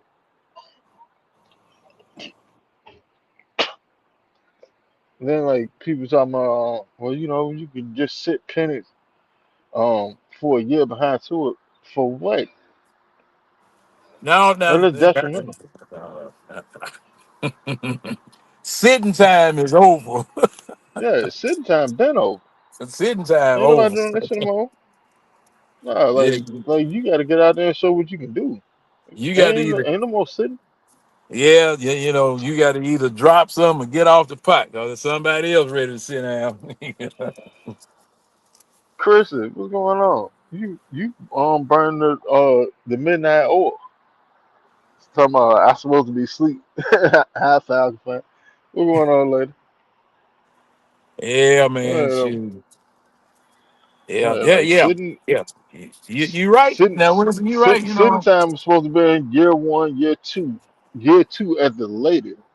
It's year three. He has no more time to sit. I'm sorry because there's been too much fluctuation. Like people were Jordan Love, he sat for 3 years. Yeah, understandable, but he was playing behind Aaron Rodgers. You don't have an Aaron Rodgers already entrenched. Yeah, you don't have man. Yeah, you don't have that. Like Stephen A. Smith. There, mama go. There go that man. You don't have that in front of you. Yeah, you don't have that in front of you. And now to So be fair, to be fair, now, and this is something I wanted to say. Now, Penix, shoot, everybody Penix was associated with was on the job training, and I really hate that for that. I really hate that because in my opinion, that really stifled his growth. It really stifled his growth. And the fact that the offensive coordinator finally figured out that he needed to be down on the field with his quarterback. Um, you can't hear the calls coming in late. You're getting false starts and delay of game penalties, all of that unnecessary stupidity that was going on when Raheem Morris was here. That really put him behind the eight ball. But that year, and he finally got to play after Kirk Cousins finally said that he was hurt and all that stuff. The interceptions he got that year, they weren't on him. They were not on him. You had people bobbling balls, missing balls. He put it right in the hands, and they messing up or whatever. And yeah, rookies and first year players, second year players, even pros are gonna go through situations like that. You know, but I can't hold that entirely against him. I just can't. I just can't. Um, it same way that Pitts had junk to him. You know, Pitt's effort was questionable for a couple of years or whatever. Um, but like I said, a lot of these decisions and a lot of these observations are not clear cut where you can blame the person that we're discussing all the time for the results that took place. You know, I can't send Exactly. him to the electric chair. I can't send him to the electric chair, Winston. I can't do it. I'll be that lone juror holding out. No, no, no, no. Mistrial, mistrial. Yeah, mistrial. I'll be that Hung, I'll be that hung lone jury. juror. You know, I'll be Hey, that Chris, lone juror. Chris, make yourself a toasted peanut butter and jelly sandwich. It solve all your problems. But like if if you if you actually sit there and watch, if you sit there and watch their games, if you watch Pennant in those first three start, and then you watch Pennant last season, you can sit there and see he was taught to dirt the ball.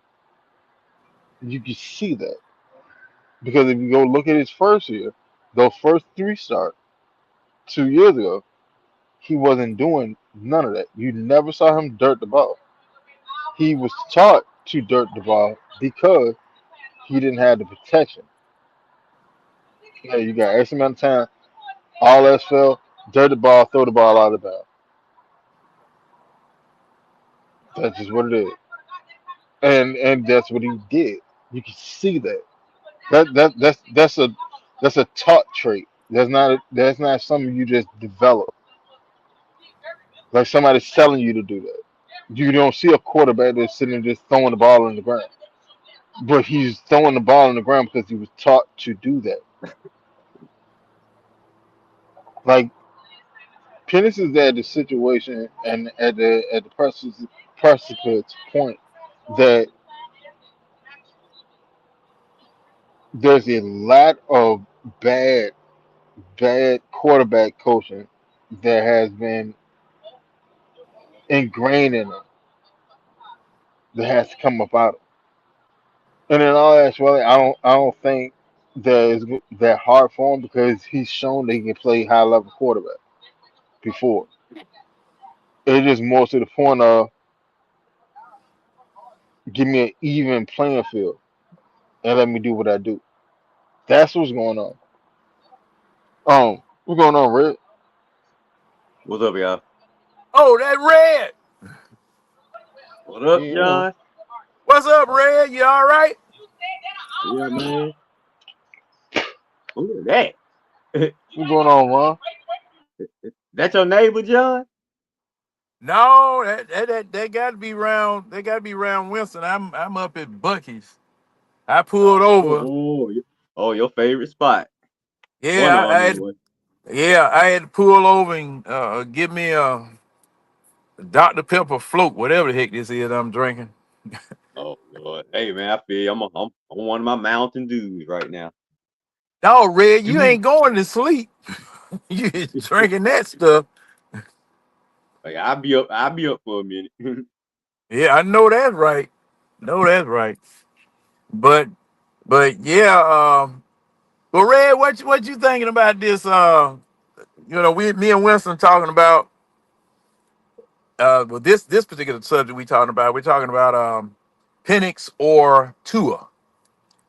And me, may the best man win. And coach, if you choose, you better choose right. I'm putting it on you, coach. Well, I mean, I guess they both at camp right now, right? Both out on the field, so I mean, probably just gonna go down to whoever performed the best. I guess doing training camp. during the preseason. And I guess they'll make a decision. I hope it don't take them long to make a decision. We need to have something stabilized, at least before the first week of the season or something. Or at least first 2 weeks. We need to know who the starters are. You know what I'm saying? Maybe by that second preseason game. Yeah, and I'm gonna miss. I'm gonna miss. I say let them both go all out that first preseason game. Let one of them get one half, the other get the second half, and then make the decision. I would hope they see some things early in training camp to lean, so they know which way they lean it. Kind of. Uh, right now, I think they might be leaning to it too. Ain't here, Rick. Now, now, why, Red? You can Well, hear I mean, who's taking? I mean, two is probably the healthiest out of the two right now. I'm not sure who's taking the most of the snaps. Seems like they both getting about the equal amount of snaps. But I guess we'll know a little bit more when training camp starts because they'll probably make an announcement like this guy's taking first team snaps, or this guy is working more with the first team, and the other guy is taking less. Hopefully they'll distinguish who's taking more of the snaps so we can at least see who have a hand on the job. But I mean, team wise, I mean, but who Penix to win the job? But I mean, I know Stefanski gonna go with whoever playing the best, and I always look at it as this: Tua is the guy they bought in, Penix is the guy they inherited. As I always look at it. Yeah. I mean, Penix is supposed to be your future, and based on the draft selection and the money that you paying him, because see, two are making a boatload of money, but we ain't paying him but $1 million. Okay, best deal they got going. Yeah, he ain't lying. That was a good deal. If he go out and Best have deal they what if he got go out and going. have what if he go out and have one of his best seasons ever, and we ain't have to pay for it? Hey, Yeah. Kool-Aid drinker, what's going on? Oh, that's old Kool-Aid. All right, yeah, I just left Kool-Aid there. We were arguing about some stuff on We Talk Hawks What's up? earlier. What's up, Kool-Aid? This your boy Red. Yeah, man. And Oh, we talk hawk. Well, I know they yeah, going crazy over there. yeah, man, I like two of the moves. I like two of the picks that we got. Yeah, well, my thing is that uh the first pick, this guard. All right. Now, Red, I know how you feel about Trey Young. I already know. But I'll see, be fair my with you, Johnny. Tell me what you think. problem with this, okay, and me and you, we talked about this before. The cast of characters that Fleming is going to be playing with is vastly different from the junk that Trey Young had to play with. Okay, Yeah.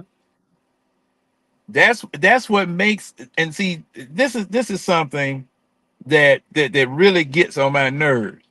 When people castigate Trey Young, when they say Trey Young didn't do this, Trey Young didn't do that, all this type of stuff,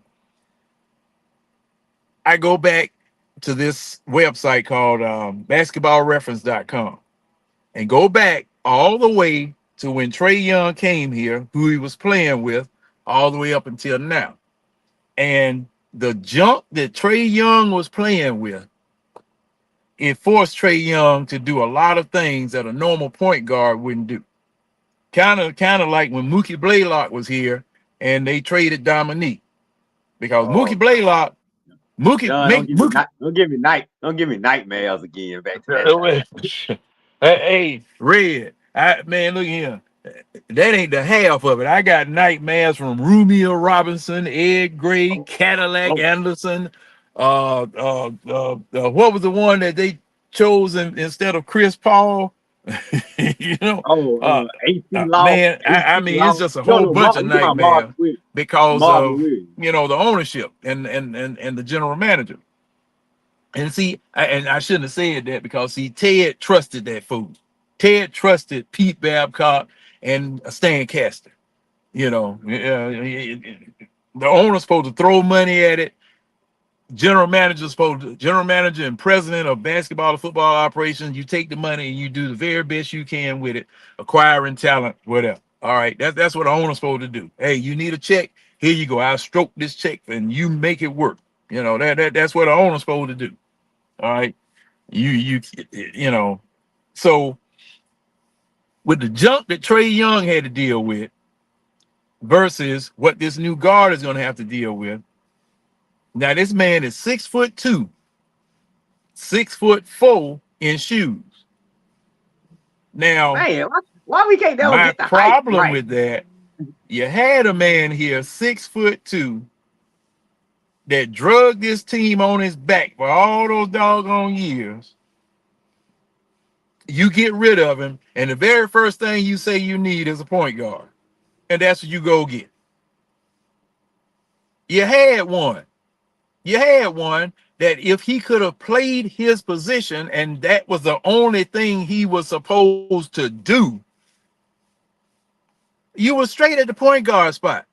What happened? What happened in the doggone playoffs? And people want to gloss over what happened to the Hawks in the playoffs. They just Oh want to no, gloss over that like that was a I'm fluke, not. like that I'm didn't even not. doggone happen.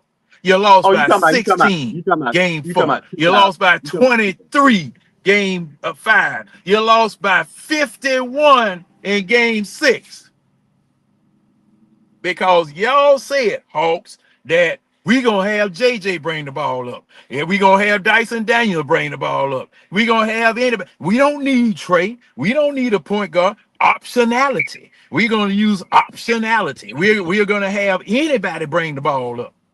And look what it got you. When the jump shot stopped falling, all you were doing was start New York's fast break. That's all y'all did. Clink, clank, clunk. You know, that's all you did. That's what happened. And you lost by 51 freaking points at home. That was awful, awful. You lost by 51 points at home. And you want me to overlook that? You can't overlook New that. York, Can't overlook it. Red, you still there? Yeah, yeah. Can you hear me? No, hey Red, we've been having these problems all night. I can't hear you. I God, can't hear dog, you now. So it's StreamYard. Winston, can you hear me? Yeah, man. Yeah. I can't hear Red. I don't know if Red can hear me or whatever. But yeah, I can hear you. I can hear you. okay. You must have been muted. Okay. But Am I good now? yeah. I can hear you. I can hear you. Okay. But see, that's the Yeah, I'm not. thing. I'm not glossing over. I'm with you, John. That was awful the way we lost. Awful. Yeah. Now Red, I could understand we lose. Okay, I'm not going to be happy about it. But if we lost by 15, by 20, something of that nature, that's fine. We But got when you're destroyed. but when the ESPN was it ESPN or Peacock hosts are having to go and get old Walt Frazier footage in the Oh, second freaking quarter because we down by 40 something doggone points in a must-win game 6 at home. At at home. home in front of your fans. No, no. And John, I hate to say this, but y'all Hawks fans wonder why I got another team. that No, is embarrassing, man. Red. I can't blame you. I can't blame you. I can't blame anybody for having another team. Okay? Because see, I used to always ask this question all the time. If I was going to convince a person to become an Atlanta Hawks fan, what could I tell them? What could I show them? What can I present to them to have them join us on the bandwagon? Absolutely nothing. Other than, are you from Atlanta? Where your Yeah, home pride at? yeah, yeah. But see, the thing is, Red, I can't blame them folk who are from here going to find another team. Yeah. I I can. can't blame them. I can. Because if you're a true fan, you just a fan. You go through the ups and downs. I'm sorry. Like there's no way I'll have two teams in the same sport. I'm sorry. I can't do it. Yeah, yeah. And see, thing is, Winston, there are some people that will leave the Hawks and go somewhere else, living here in Atlanta. And the Hawks fans will have the nerve to say, "Oh, you a turncoat. You living here. You need to support the team." Look, man, give us a reason to support you. I, I, That's my point. I wanted to so bad when they traded Dominique, man. I just couldn't. I just couldn't. That's like either house. I've been cheering for him since I'm 7 years old. But boy, I Yeah, feel I understand. I I know the feeling mean, sometimes, man. Like you say, how could I tell somebody who won from Atlanta to cheer for the Hawks? Ain't nothing I can say. hey, hey, you see what Ray Bud said? He talking about the lemon pepper wing. Yeah, yeah. Ah, well, yeah, that about it. You know what I'm saying? Hey, man, That's it. come hang out with us in Magic City after the game. Oh, oh man, I'm hollering and yelling. And the thing is now, they cancel Magic City night. As they That Man, was should so have. that's lame. As they That was should so have. lame. say what, Winston. As they should have.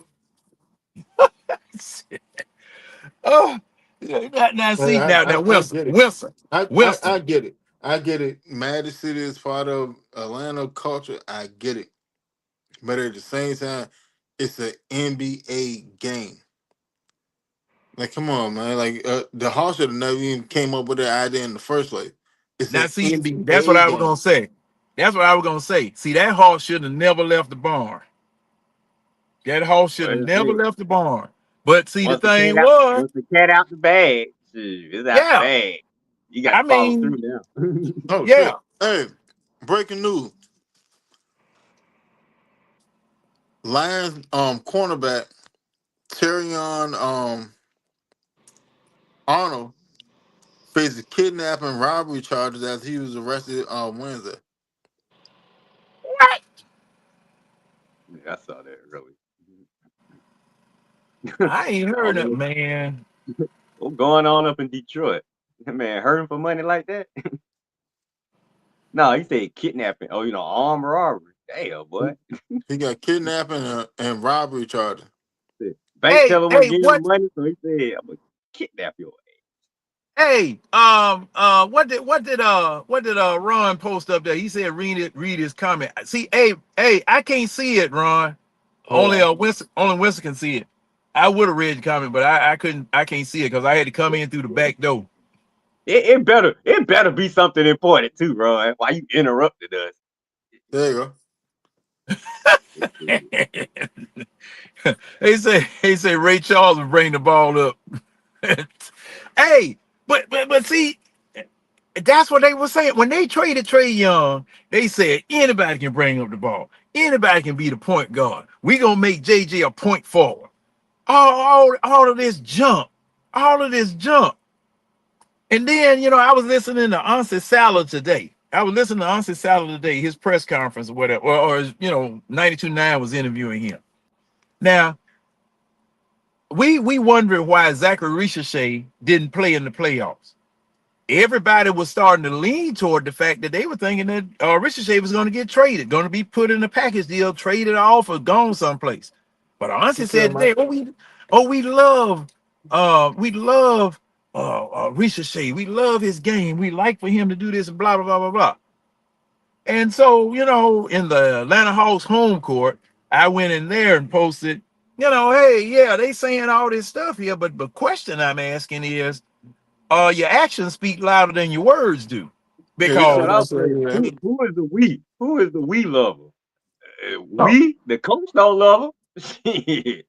but that's what Ansi was saying. He was saying that Quinn and him they love Ricochet. I said, your actions don't show it because every time. Okay, now the Hawks got changed 3 times this year. Every time they changed the Atlanta Hawks, when CJ came, when who else? When Null came, um, you know, it was somebody else. Landale came. Yeah. Every time they brought somebody, Zachary Ricochet goes to the bench. He'll play a minute or two, then go to the bench. He'll get started to warm up and get hot, then he going to the bench. Now, Yeah. this was your number one pick last year. Your number one pick last year. He had come a long ways from the beginning of the season last year to the end of the season. He had gotten bigger. His jump shot, he had a jump shot where he could catch the ball with his arm extended over his head, put it back up, and hit naked bottom from the corner. He had developed that Right. type of shot, you know? Defense that got better. And thing about John, the dude got size. Yeah, yeah. Now, see, my What thing size you is got? he's six. He had gained. I got to find out how much he had gained, but he had gotten noticeably bigger. I'm gonna say that from when he first came here, he had gotten noticeably bigger from when he first came here. We But should say at best it's probably like 216. yeah, At cause best. he was. I don't think he was 190 pounds when he got here. Yeah, but still, like with his height, we should say what six Wait, nine, 6'10" for his height. 6'9", 6'8", 6'9", something like that. Cause see, All right. thing is, hey Wilson, they keep lying about what people's heights are because see, I just heard, I don't know who tall no more. What yeah, I thought I don't. somebody. Because see, they said he was six. They say it was 6'9", Wilson. Go with that. Go with that. Shoot.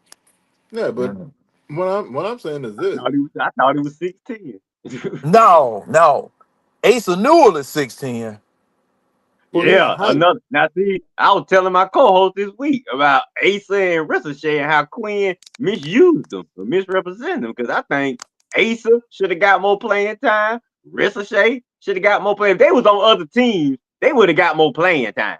And that was my problem with Quinn as a coach. I think he loved the vets and the proven guys, but he neglect the rookies and the young guys like this a-hole Alex Anthopoulos neglect our pitching staff with the Braves. Wilson, what were you getting ready to say? I say this: if you the number one overall pick and you really that dude, it don't matter what comes in. You still get burning time. Ricochet not getting burned is more indicative of him and not the coach. I'm sorry. You a number one overall pick. Period. You even if you coming off the bench, you still getting quality minutes. Ricochet just isn't who like I put it to you like this. When and I hate to say this because y'all Hawks fan, but it's the fact. That draft that Ricochet came out of, it was sorry as shit. And in all actuality, y'all should have drafted Alex Sarr. Yep. I said that well before the draft came about. Y'all should have got Alex Sarr. All right. Since you didn't, you got a big fish in a small pond. Now his ass in the fucking ocean. He don't know how to swim. That's just what it is. I'm sorry, but Ricochet, his skill set and the way that he ball, he's gonna be he can develop to be a quality role player, but he can't be a star for a team. He just don't have that. Because at this point, it would have shown. Somewhere along the line, it would have shown. Every time y'all bring somebody else in, he get further and further down the goddamn death chart. He just ain't it. Hell, he's not better than Kaminga. Oh no, no, no, no, no, no, no. And well, No, I'm gonna. I'm saying like his ceiling. His ceiling won't be better than Kaminga. Well, I'm gonna Where what say, Kaminga is right now. Red, you all right over there? Yeah, Red, I'm good. Yeah, yeah, I'm good. I see you ain't showing on camera, cause see, you remember last time you coughing like that, I couldn't see you. I'm good. I'm Cause good, last man. Winston, you remember last time Red got the coughing like that? He had the camera on. Looked like London over there. We had a goddamn train smoke going on. It's a foggy day in London town. Oh Uh, man. Oh boy. But okay. Now see, this was the knock against Quinn. This was a knock against Quinn. And see, Winston, everything being equal, I would agree with you. But one of the knocks against Quinn is that he does not like to play rookies. doesn't matter. Okay. Doesn't And matter. and and see, I saw in Ricochet, because Ricochet had a couple of 30-point games last year when they let him play. He had a couple of 30-point games last year. Yeah. Fluid in the offense, and everybody was talking about how he improved from when he started last year to the end of the year. Now, then I noticed, okay, when they started changing the team, him, Asa Newell, um, you know, people, Yeah. Asa Newell, Asa, these guys were getting playing time early. yeah, And then you made the changes, but you still should have you could have still found a way to mix them back and give them a few minutes. I'm saying they're rookies. And like you say, we probably gonna He need ain't them no this damn upcoming rookie. year. no, and no, he's not a rookie. But my thing is that Who ain't a rookie? no, he was talking about Ricochet. He was talking Replay. about Ricochet. No, he's not a rookie. He's not a rookie. So my No, question I'm is, talking about Asa Newell a rookie. yeah, That's yeah, what yeah. I'm talking Asa about. Newell's a rookie. Yeah, Asa Newell's a that's rookie. what I was And talking see, about. Ace knew was better than Ricochet. oh yeah, well that's fine. That's But fine. that's what And I'm and the thing saying. about and see now they play well, they play about the same position. They play about the same position. But see, this is the thing. This is the thing about Asa Newell. Uh-huh. They put Mo Gay out there, Oh my and God. and Asa Newell was further. Asa Newell, to me, looked more polished than Mo Gay did, and Mo Gay been here longer. Been down in I, that damn D League. yeah, I That's said that, Asa should have been getting some playing time. that's the same thing with Ricochet. The people that were getting the playing time over him looked more polished than his ass.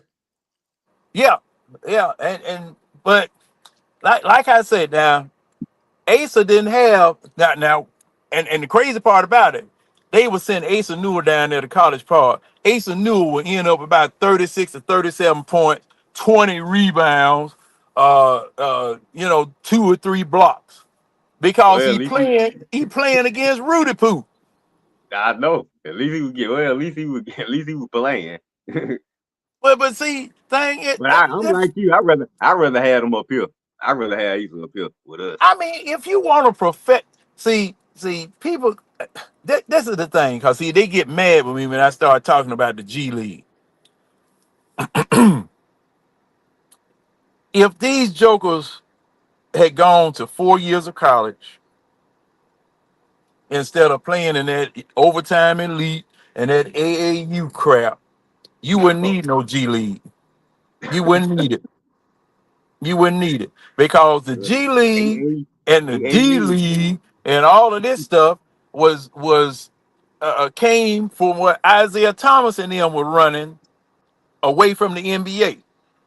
Okay, or development league and all this type of stuff here. You got people trying to catch on to teams. You got people that they just like Willie Mays Hayes in Major League. They just drive up, Oh boy. just drive up and try to get on with a team and all that type of stuff. You know, Oh Hold and on. boy. it, What? Watch it. All right. ATL Kool Aid drinker said Quinn would not push him and give him motivation. Here's the issue with that. You're the number one overall pick. Why do I need to push or motivate you to do your job? And that's the issue. That's the issue with a lot of Hawk fans. Y'all keep making excuses for him. I'm sorry. Yeah, he a sporadic scorer? Yes, he is. And can he score? Yeah, I give him that. But he's too far. He's too far inconsistent for you to get quality time on a championship contending team. That's the issue. Would y'all want two things at the same time? You want a contending team, and you want him to get burned. He's not in the position to get burned on a championship quality team. He's just not there. He's not that Hey, good of a player. wait a minute, Wilson. What team you talking about? Y'all, I y'all, know you y'all, ain't talking y'all, about the Hawks. y'all want the Hawks to sit there and try to make him run. Oh He no, can't. no, no, no, Wilson, He can't. Wilson. There I was put you like no that. way. There was no way we were going to no championship. No, we ain't ready. No, We ain't ready. I know that. I said a contending team. A contending team. We ain't He's not. that. He that's the point. Like you're making my point. Y'all not even that, and he can't get burned as the number one overall pick. That's his issue. He's too inconsistent. I don't know what I'm getting out of you. I can't count on you. You got to show me that you can do this nightly. If you can sit there and go show me that you average 20 a night, that I know I can get 20 from you, yeah, I'll give you the burn time. Hell, I may up your playing time. But you never shown me that. You never shown me a consistency of that. Now, Your numbers jump up and down. now, Winston. If it was any other coach, I'd go along with you. If it was any other coach, I'd go You along can't do with that. You can't do that. you. You Yeah, can't I do that. can. Yeah, I You can't. can. Because now you putting emotion in the situation. No, no, Can't no, do no, that. no, no, no. I'm putting facts. I'm putting facts in the situation All because right, go this for it. man, this see the thing about Quinn, the thing about Quinn Uh-huh. Snyder, thing about Quinn Snyder that I don't agree with. I do not agree with Quinn Snyder's coaching.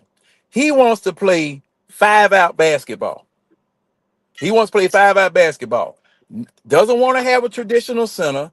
Does not like to run plays. Okay. Mhm. Now, and to that point, listening to Ansi Salah today, he said and read, you're gonna get a kick out of this. Oh Lord. He said that Quinn's offensive system was complicated. What? And Oh my God. I'm saying, uh, and Winston, after watching the Hawks, after watching them, Mhm. this man is saying that his offensive system is complicated.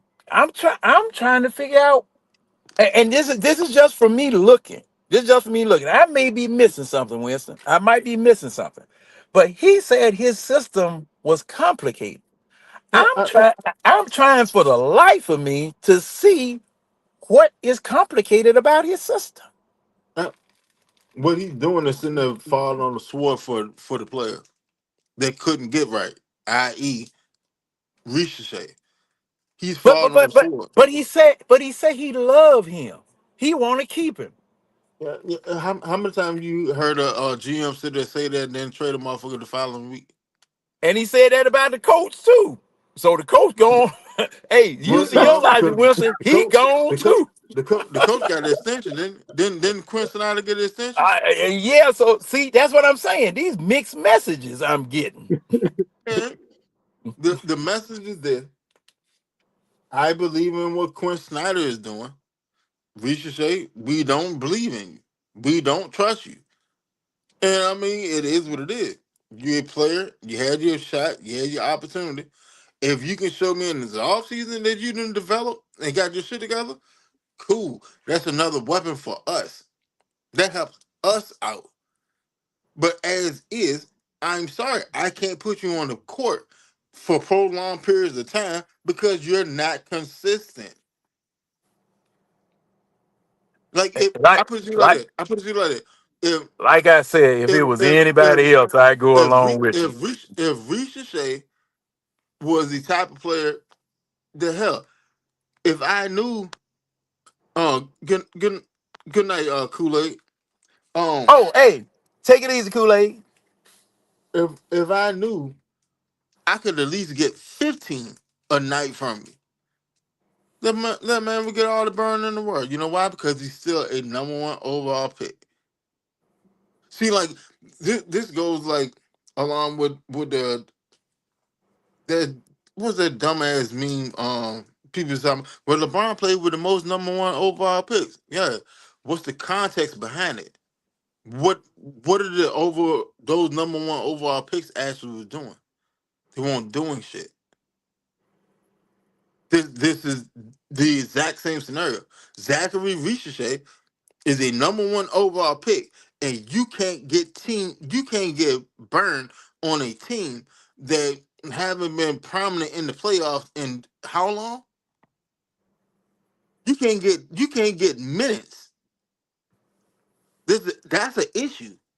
And it's not like it's deep into your career. This is like in your year one and year two season. You can't get burned on this team? Come Now, on, now, man. Like, now, come see, on, bro. that's the problem, Wilson. He got burned last year. He got burned last year, and Hey, he scored 30 some point. He was a consistent. By the end of the year, I'm gonna have to check and double check it. hey, But I remember. you know who else they got a 30-point game? Oh, Matthew Dellavedova. He got a 30-point game too. Did no, that make not him a just no, consistent no, player? no, no, no, not just one, not just one, Okay. not just one. Zach was scoring between 15 and 19 points last year. He had a couple of 30-point games, and he looked like he was on an upward trajectory. All right, All now, right. Let's look at his season averages. Carry on though. I'm listening. yeah, I'm gonna, I don't have a phone. See, because I usually have two phones with me so I can look stuff up and see, see various things. But like I said, if this was any other coach, if this was any other coach, I would go along with it. But Here you go. Like I said, Quinn playing 5 out basketball. One thing that San Antonio showed you, one thing that the Hawks showed you. Um, John, you want to stats from last season? yeah, go ahead, go ahead. Ricochet averaged 9.6 points, 3.8 rebound, 1.1 assists, in 67 games. He shot 45.5% from the field and averaged 22.4 minutes per game. I'm sorry. That is not what a number one overall pick is. Point blank period. Like I'm sorry. Like that those stats are the type of stats that you get from a player that signed on a veteran minimum. Not a number one overall pick. That's that was just signed a year beforehand. Now, what did he average the year before? All right, let's see.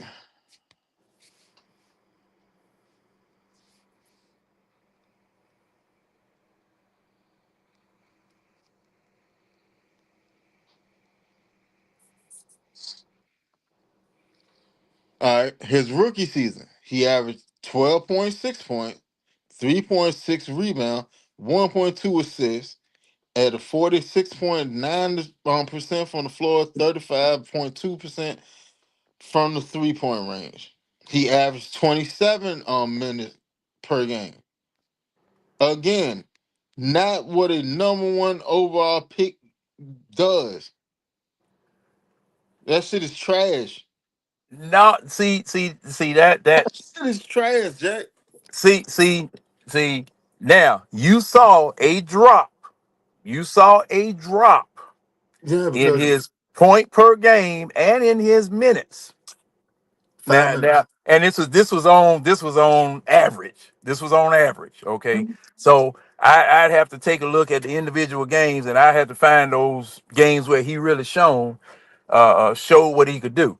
And okay, yeah, he went from 12 down to 9. His minutes on average dropped. His usage dropped. Okay, now my question is, why did his from the beginning of the season this year, why did his usage drop? Because you got better players on the team. Who? That- Kaminga's better than him. You got Uh, Kaminga late in the year. yeah, You got yeah, Kaminga way late in the year. but they played the same position.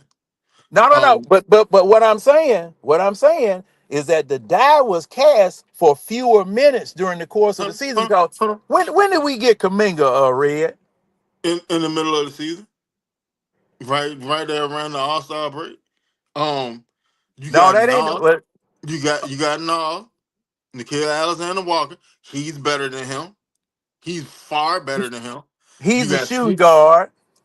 Doesn't matter because somewhere he got to get on the court. All right. You got But you got C.J. McCollum. He's better than him.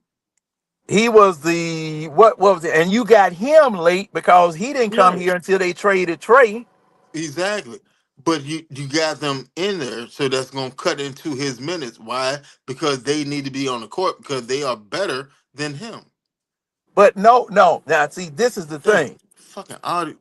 What's going Very on? fucked audio. Keep go ahead, keep talking. I can hear you. Can you hear me? I guess he couldn't hear me.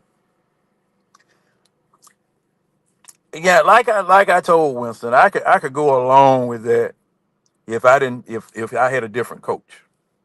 If I had a different coach. Because Yep. Winston, can you hear me? Yeah, I can hear you. There Okay. we go. There we go. Okay. Go Trey ahead. Young. Okay, Go Trey ahead. Young, huh? Go ahead. Can you hear me? Okay. Trey Young was traded in when Trey Young left, CJ McCollum came. We got No at the beginning of the season. Okay. No was playing shooting guard. All right. We also had Vic Krejci. Okay. Yeah, Vic Krejci. You traded him. All right. Vic Krejci was getting minutes ahead of Ricochet because Vic Krejci was supposedly a prospect that we brought from the G League. Mo G was somebody we brought from the G League. All Yeah, right. Luke Kennard too. You had Luke Kennard that you were playing. Who else? Who else? Who else? Who else? Who else? Who else? And then you had JJ. All right. And then you had Onyeka Okongwu. All right. So when we were So, talking, so now go ahead. Go question. ahead. What were you saying? Out of all the players that you just listed, who is uh Ricochet better? Outside of like maybe Vecchi. Who's he Krejci. better than?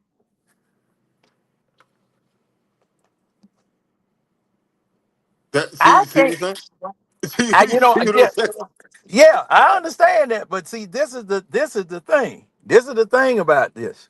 And see, this is what I get to arguing with people about all the time. All right. They said that they were drafting him to develop him. They drafted him to develop him. Me, this is what I get to arguing with folk all the time. When you're an NBA player, and to this extent, what I'm about to say, I agree with you 100%.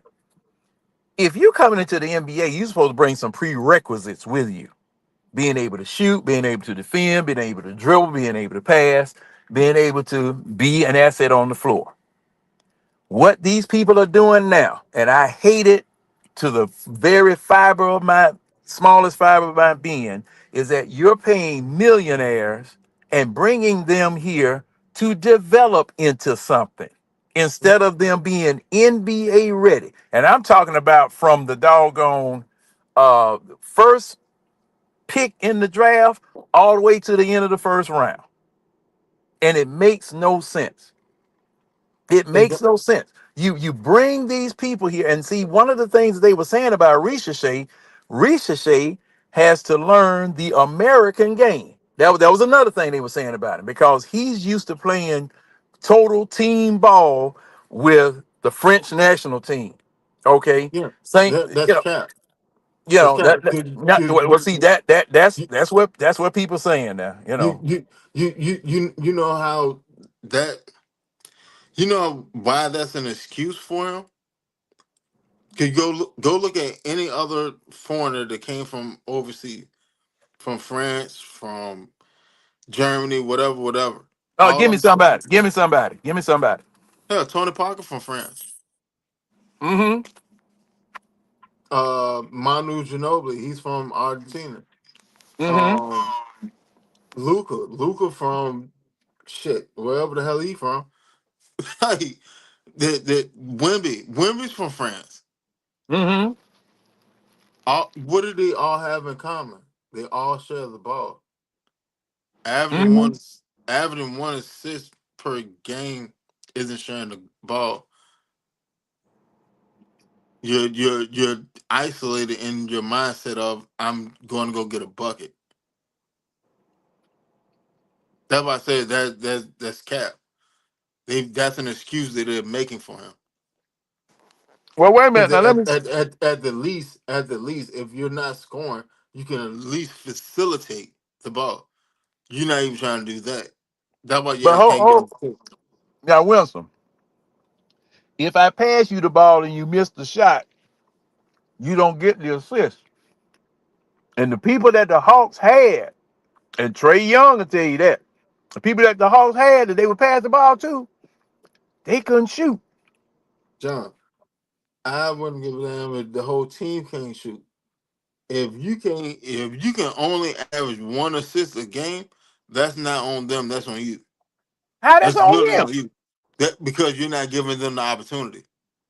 But Like there's no different. There's no way around it. I played point guard all through school. There's no way possible that you only averaging one assist and you sitting there just throwing out passes. It doesn't correlate. It can't correlate. yes, it does. So it can't. And That that and the thing about it, Winston, we had people mm, like I used to always say, Trey Young would drag the other team, and 10 people to the stands with him to the doggone basket, kick it out to jokers wide open, and they would clunk the shot. I, They had to invent a statistic called potential assists to show what Trey Young was doing in trying to get other people involved to shoot. I'm not And Trey negating that. Let me ask you and this though.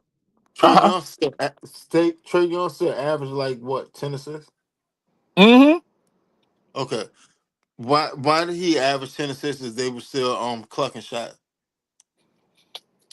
Cause he was flinging it at him all the time. Case in point. That's what I'm saying. That's what I'm saying. Ricochet's not doing that. He's not giving them the opportunity. But see, was Ricochet the point Like guard? No, he wasn't. it doesn't matter. You still Yeah, got you got to yeah, it pick a does. you have to Yeah, it pick a does. you have to pick a struggle. You got to pick a struggle. If I can't score the ball, then I need to be able to assist the ball or play defense, lockdown defense at that. Oh, You like you didn't pick a struggle. You didn't decide you just gonna struggle. That's just what you gonna do. Like no, bro. No, sir. Like don't get me wrong. I think that he can develop into a decent player. Yeah, in time. In time. It ain't gonna be no time soon. But in time, yeah, he could. Probably around like year 4 or 5. Year 4 or 5, he could develop to like a 17 points a game player, a high quality role player. That's his ceiling though. If he averaged 20 for a season, that'll probably be his career tops.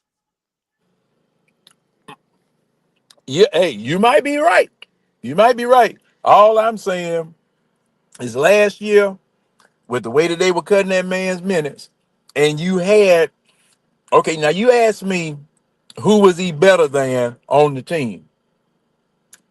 Last year, I couldn't say nobody because the man didn't get a chance to show that. But he was better than Double O in his rookie year, tail end of his rookie year. He was shooting better than Double O. He was shooting better than Vic Krejci. He was shooting better than, definitely better than Bogey. Okay. So his rookie year, he was better than a lot of, well, I would say about four people on the team his rookie year. You But this said you past said year, he better. no. He was better than four people on the Yeah. team. Out of Four, a team four, of four. I Double O. And see, these weren't all starters. These were people that were coming off the, some of them were coming off the bench, some of them were starters. Okay. Because what? see, it was a rotation of starters that they had out there on the floor. He was better than what was that? We had this joker they called minivan Niang. He was better than Niang, but Niang was pretty good. Him and Ricochet were kind of neck and neck. All right. This man Niang couldn't play no defense. He couldn't even play no defense. People were going around him like he was standing still. But the coach insisted on putting this man out there on the floor for his 3-point prowess that he had demonstrated throughout the year, throughout his career. But when he got to us, he couldn't shoot it. Not like he did prior to coming here. Then you had what was that? What was that joker name? He oh man. I had matter of fact, I think he was playing with Oklahoma City or he might have been playing with Cleveland this year. Yeah, he played with Cleveland this year. Oh man, I can't think of his name. I had it on the tip of my doggone tongue. What position? Guard. He was either guard or small forward. Uh, hold on. I can Google it. And I think he was playing with Cleveland. He was dark skinned, kind of slender.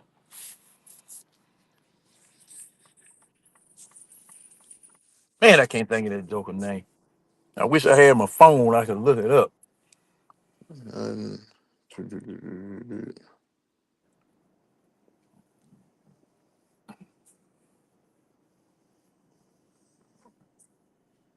don't think none of them nigga. Damn, Cleveland got some shitty goddamn guards. God almighty. And they made it to the finals. Excuse me, made it to the conference final. Then no, not the conference final. Yeah, it was conference Yeah, final. they made it to the conference final. Yeah, they made it to the conference final with that team. Only thing they had was Donovan Mitchell. One, two, three, four, five, six, seven, Call those eight, guards nine. and forwards out. Call those guards and forwards out. Winston.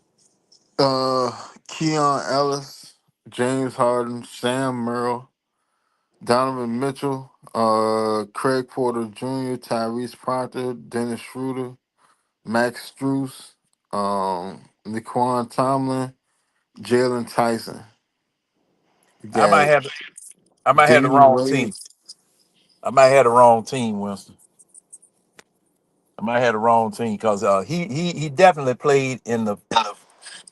definitely played in the playoffs. The play I'm thinking of, he definitely played in the playoffs. What's that? Some Dosh gang play guard. Uh, Guard a small forward one. he said he came from the Hawk. Yeah, he played with us last year. He left a free agency or he was traded.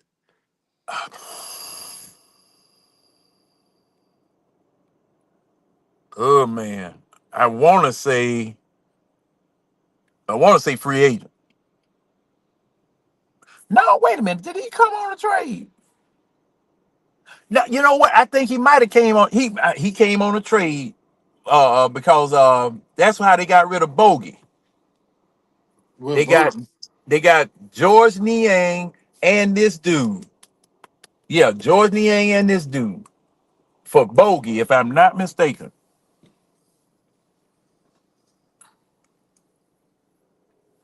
Man, I'm almost about to call that boy name. I'm almost about to call his name.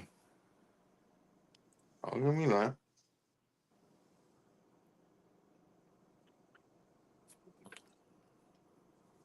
Um, hmm,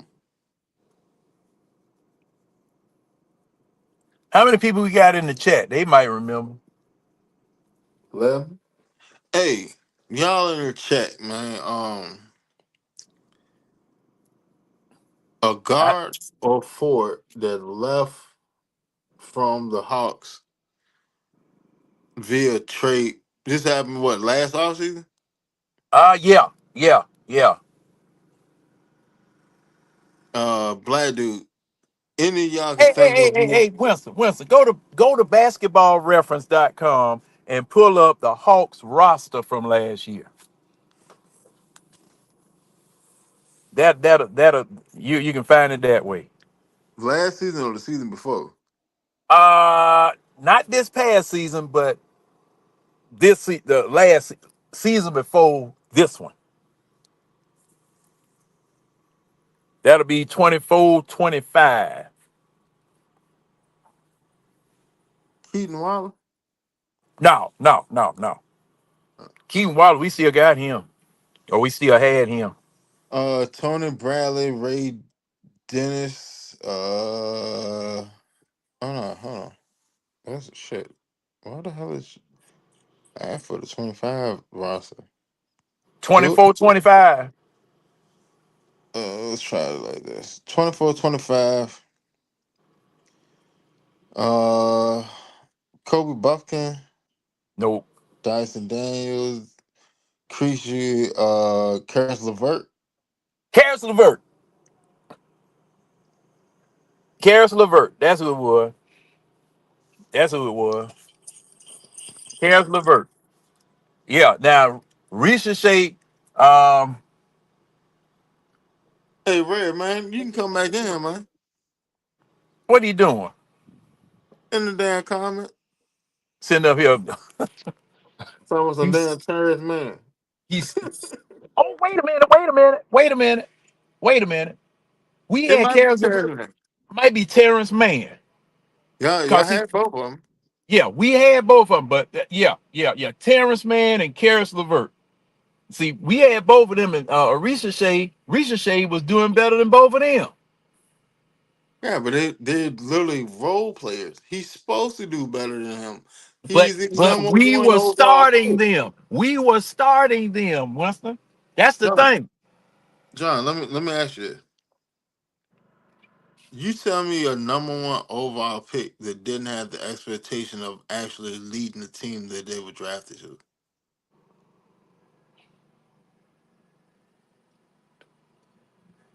Winston, I can't answer that because guess what?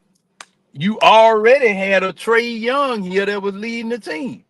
Doesn't matter if Yeah, you're the number one. you If had you're a the Trey Young. You had a if Trey Young that was leading the team already.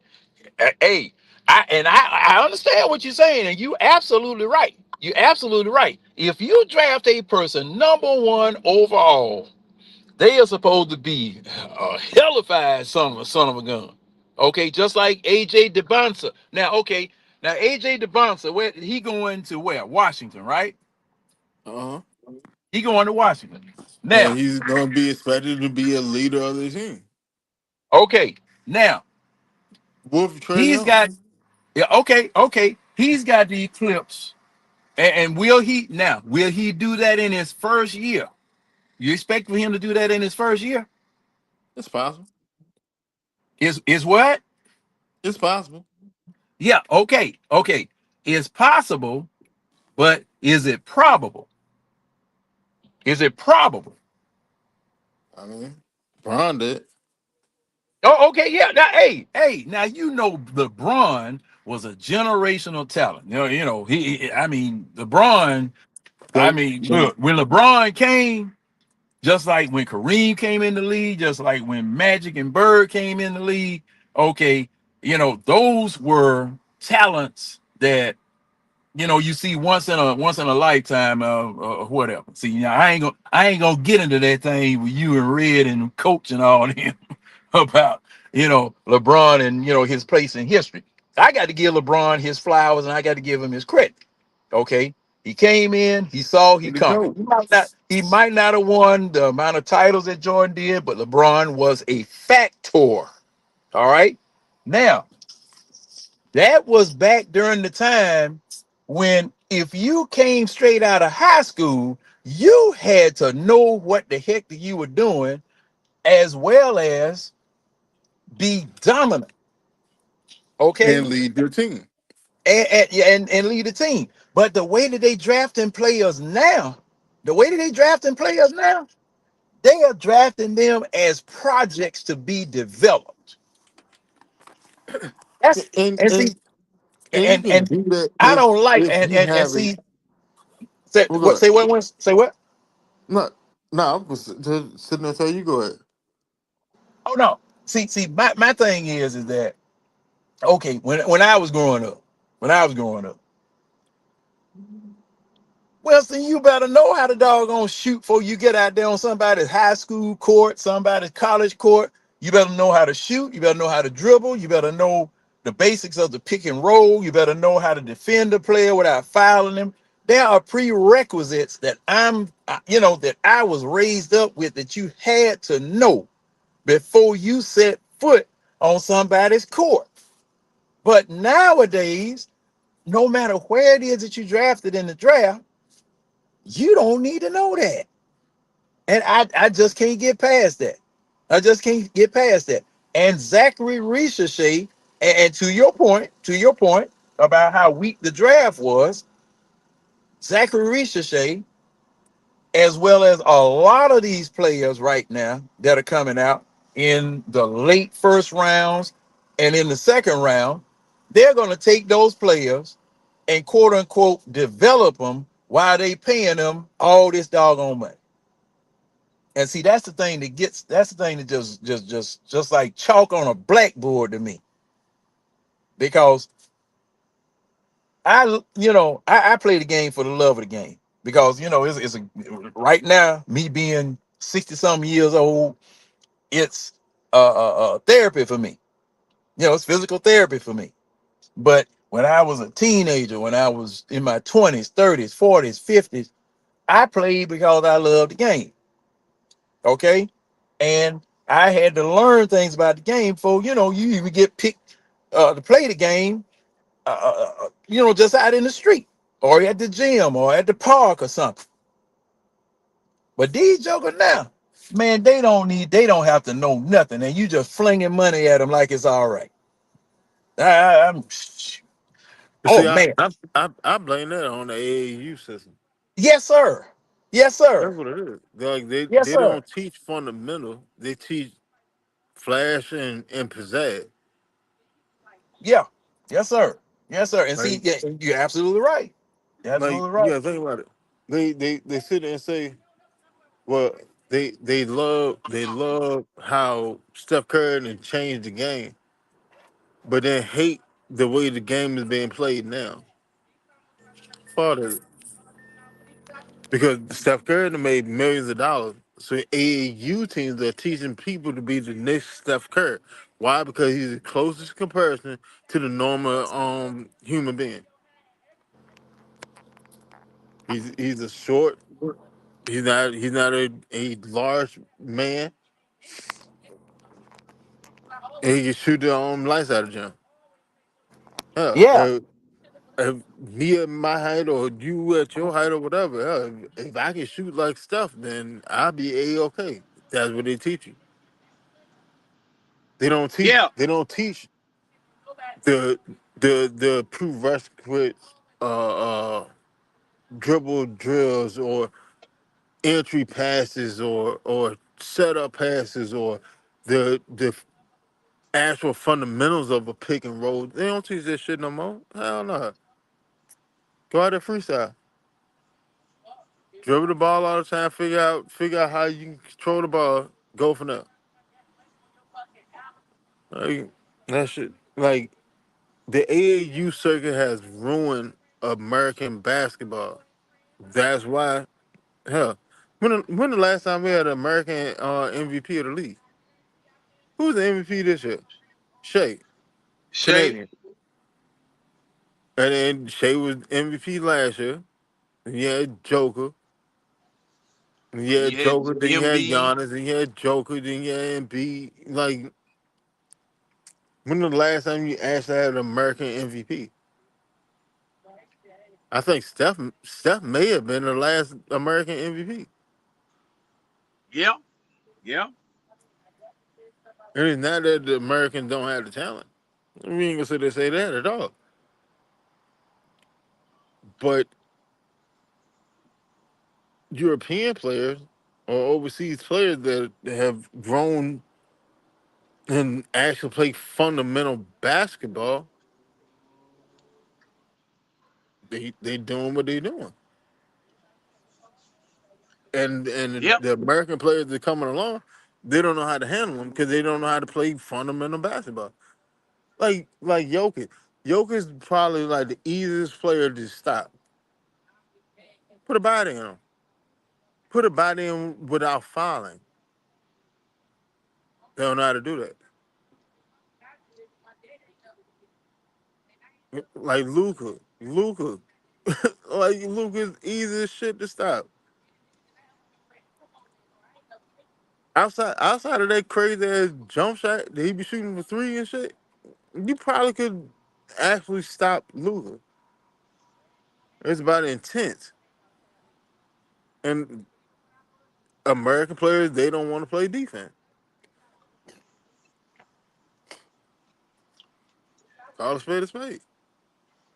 yeah, yeah. And see, shoot, I remember when the last. I remember back in the '80s, I think it was, when the United States sent all college players to play in the Olympics and just got embarrassed because the only thing we could do was dunk. Uh huh. Couldn't shoot a jump shot to save our life. What that? Them just, That that was 1981. Yeah, I think that was. I think that was the 1980 Olympics. yeah, and they had to send the redeem team. Because I mean, and it was pitiful because whenever they would stop him on the dribble, they would just bag up and let him shoot because they knew they couldn't shoot.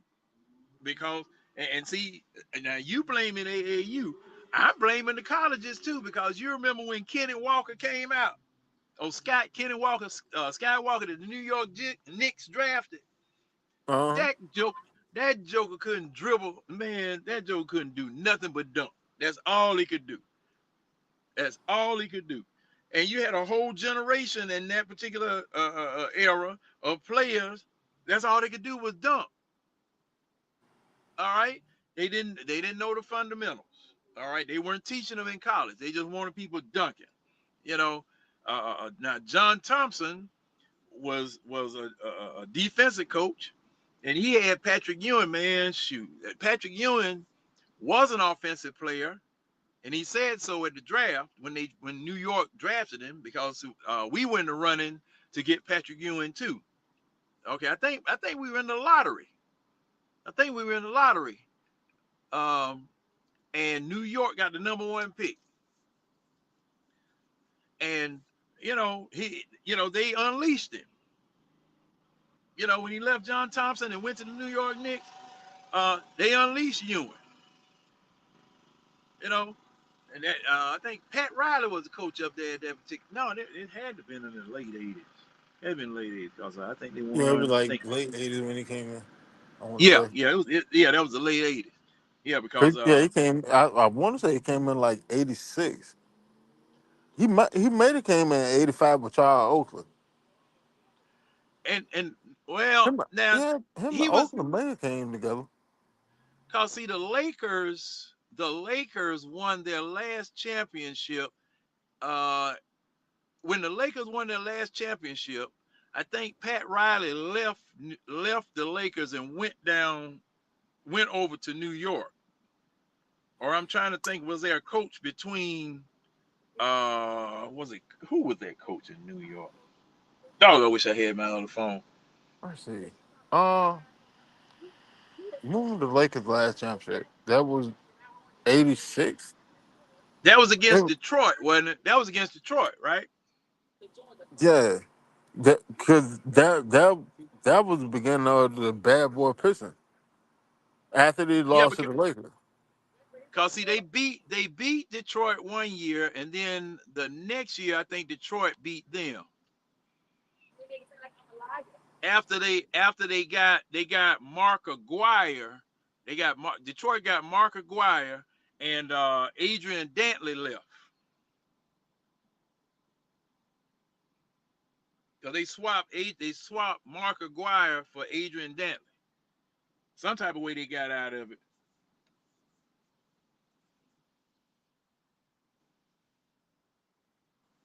But you'll have to look that up, man. I can't I can't even do that.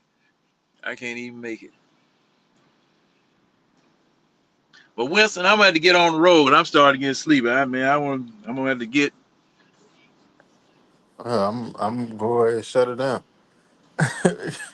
It's 2:26 anyway. Yep. But hey man, it's good to be fussing with you again. Yeah, man. It's been a pleasure. Yes, sir. Good to be fussing with you again and fussing with old Red. And Red, you ain't getting paid this week. Sit up here and cut the camera off and don't leave and gonna be sniping from the weeds in the comments. I Mhm. ain't paying you.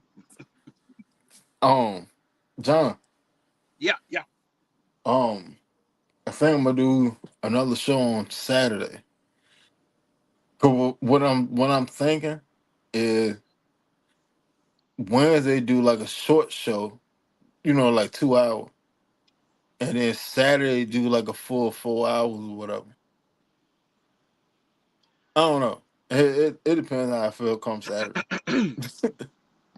Yeah, and now Saturday, I think I've got a shift to work Saturday. Um, but if I can get some time and nothing's happening, I call in. But see, I have to take off all my identifying marks because the first thing they say, "Ooh, what you doing all on the internet? You supposed to be working for me." Yeah, you know how that They is. cut their camera off. Yeah, yeah. But well, I kind of like to be on camera. Um, you know, I just kind of like to be on camera. You know, uh, uh, let people see my face and all that stuff. If they can stand it, because I just like to get a personal touch to the show.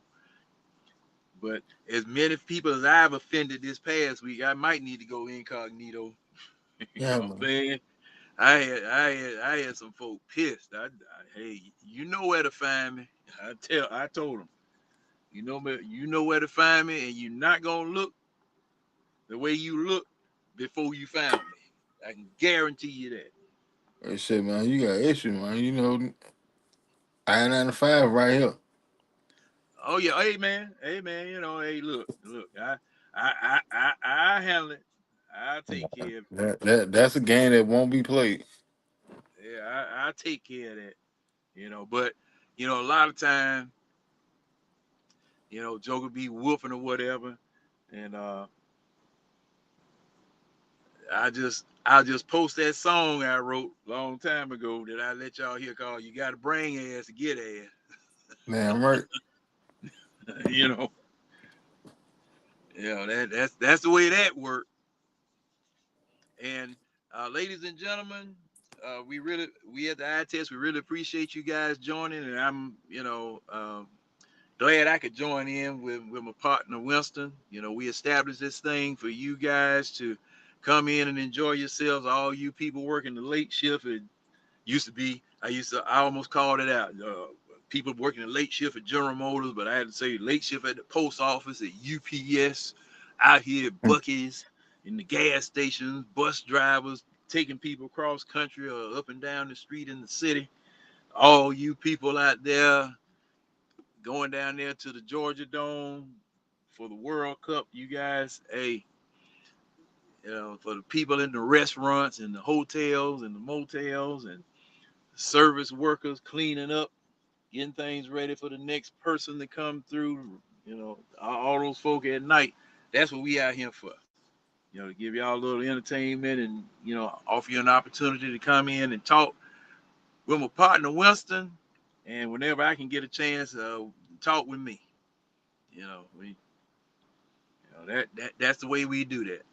And shout out to all of you in the chat. And Winston knows the people in the chat because I can't see them right now. So I know Winston gonna shout them out. Yeah, So Kool Aid. yeah, I know. As yep. I was doing so many times, I can't even see the rest of the chat. Oh But shout out to everybody that came through tonight, man. Go ahead, John. yeah, I'm going to miss at least 2 weeks in August because, um, I'm 2 weeks in August as far as training camp is concerned because shoot, I'm on. I got a convention in San Francisco, and I'm gonna drive out there. It might be the last trip I take out west. But I'm gonna go out there and see what I can see and boogie back on this side of the island. Man, And nothing wrong just with and I'm hoping I'll be able to get some type of hookup to at least see the preseason games and hop on here with you guys and kind of critique them and just talk about what it was that we saw. Because as Winston and I talked about earlier tonight, we got to see who our starting quarterback is going to be. And support him and bag him up. So that's all I got, Winston. it. Hold on. It felt damn good, to be whole um with the answer, John, man. Appreciate it. Appreciate you, bro. Um Shout out to everybody that came through in the chat, everybody that came through on the panel, Silk, James, Red, John, of course. Um man, it's been a pleasure tonight. Uh y'all know where y'all can find us. Got two pages on Facebook. Um, I'm having technical difficulties with the Twitter page, but hopefully I can get back into that and get that back up and running. Um, if not, I'm gonna just build the thread account. Um, but y'all already know what it is. Y'all can catch us here on Wednesday night, 10 p.m.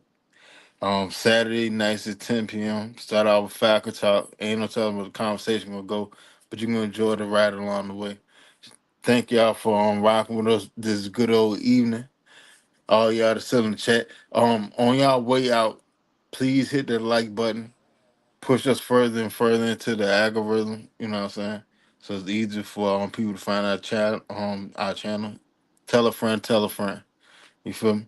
Um, but that uh, y'all be safe out there. Make sure y'all get where y'all going. John, you too. Um, hell, the work week almost over. You got 2 more days left. Y'all got it. Maintain, keep going. Peace and prosperity to everybody, man. Love y'all. Catch y'all next time. Peace. Bye bye.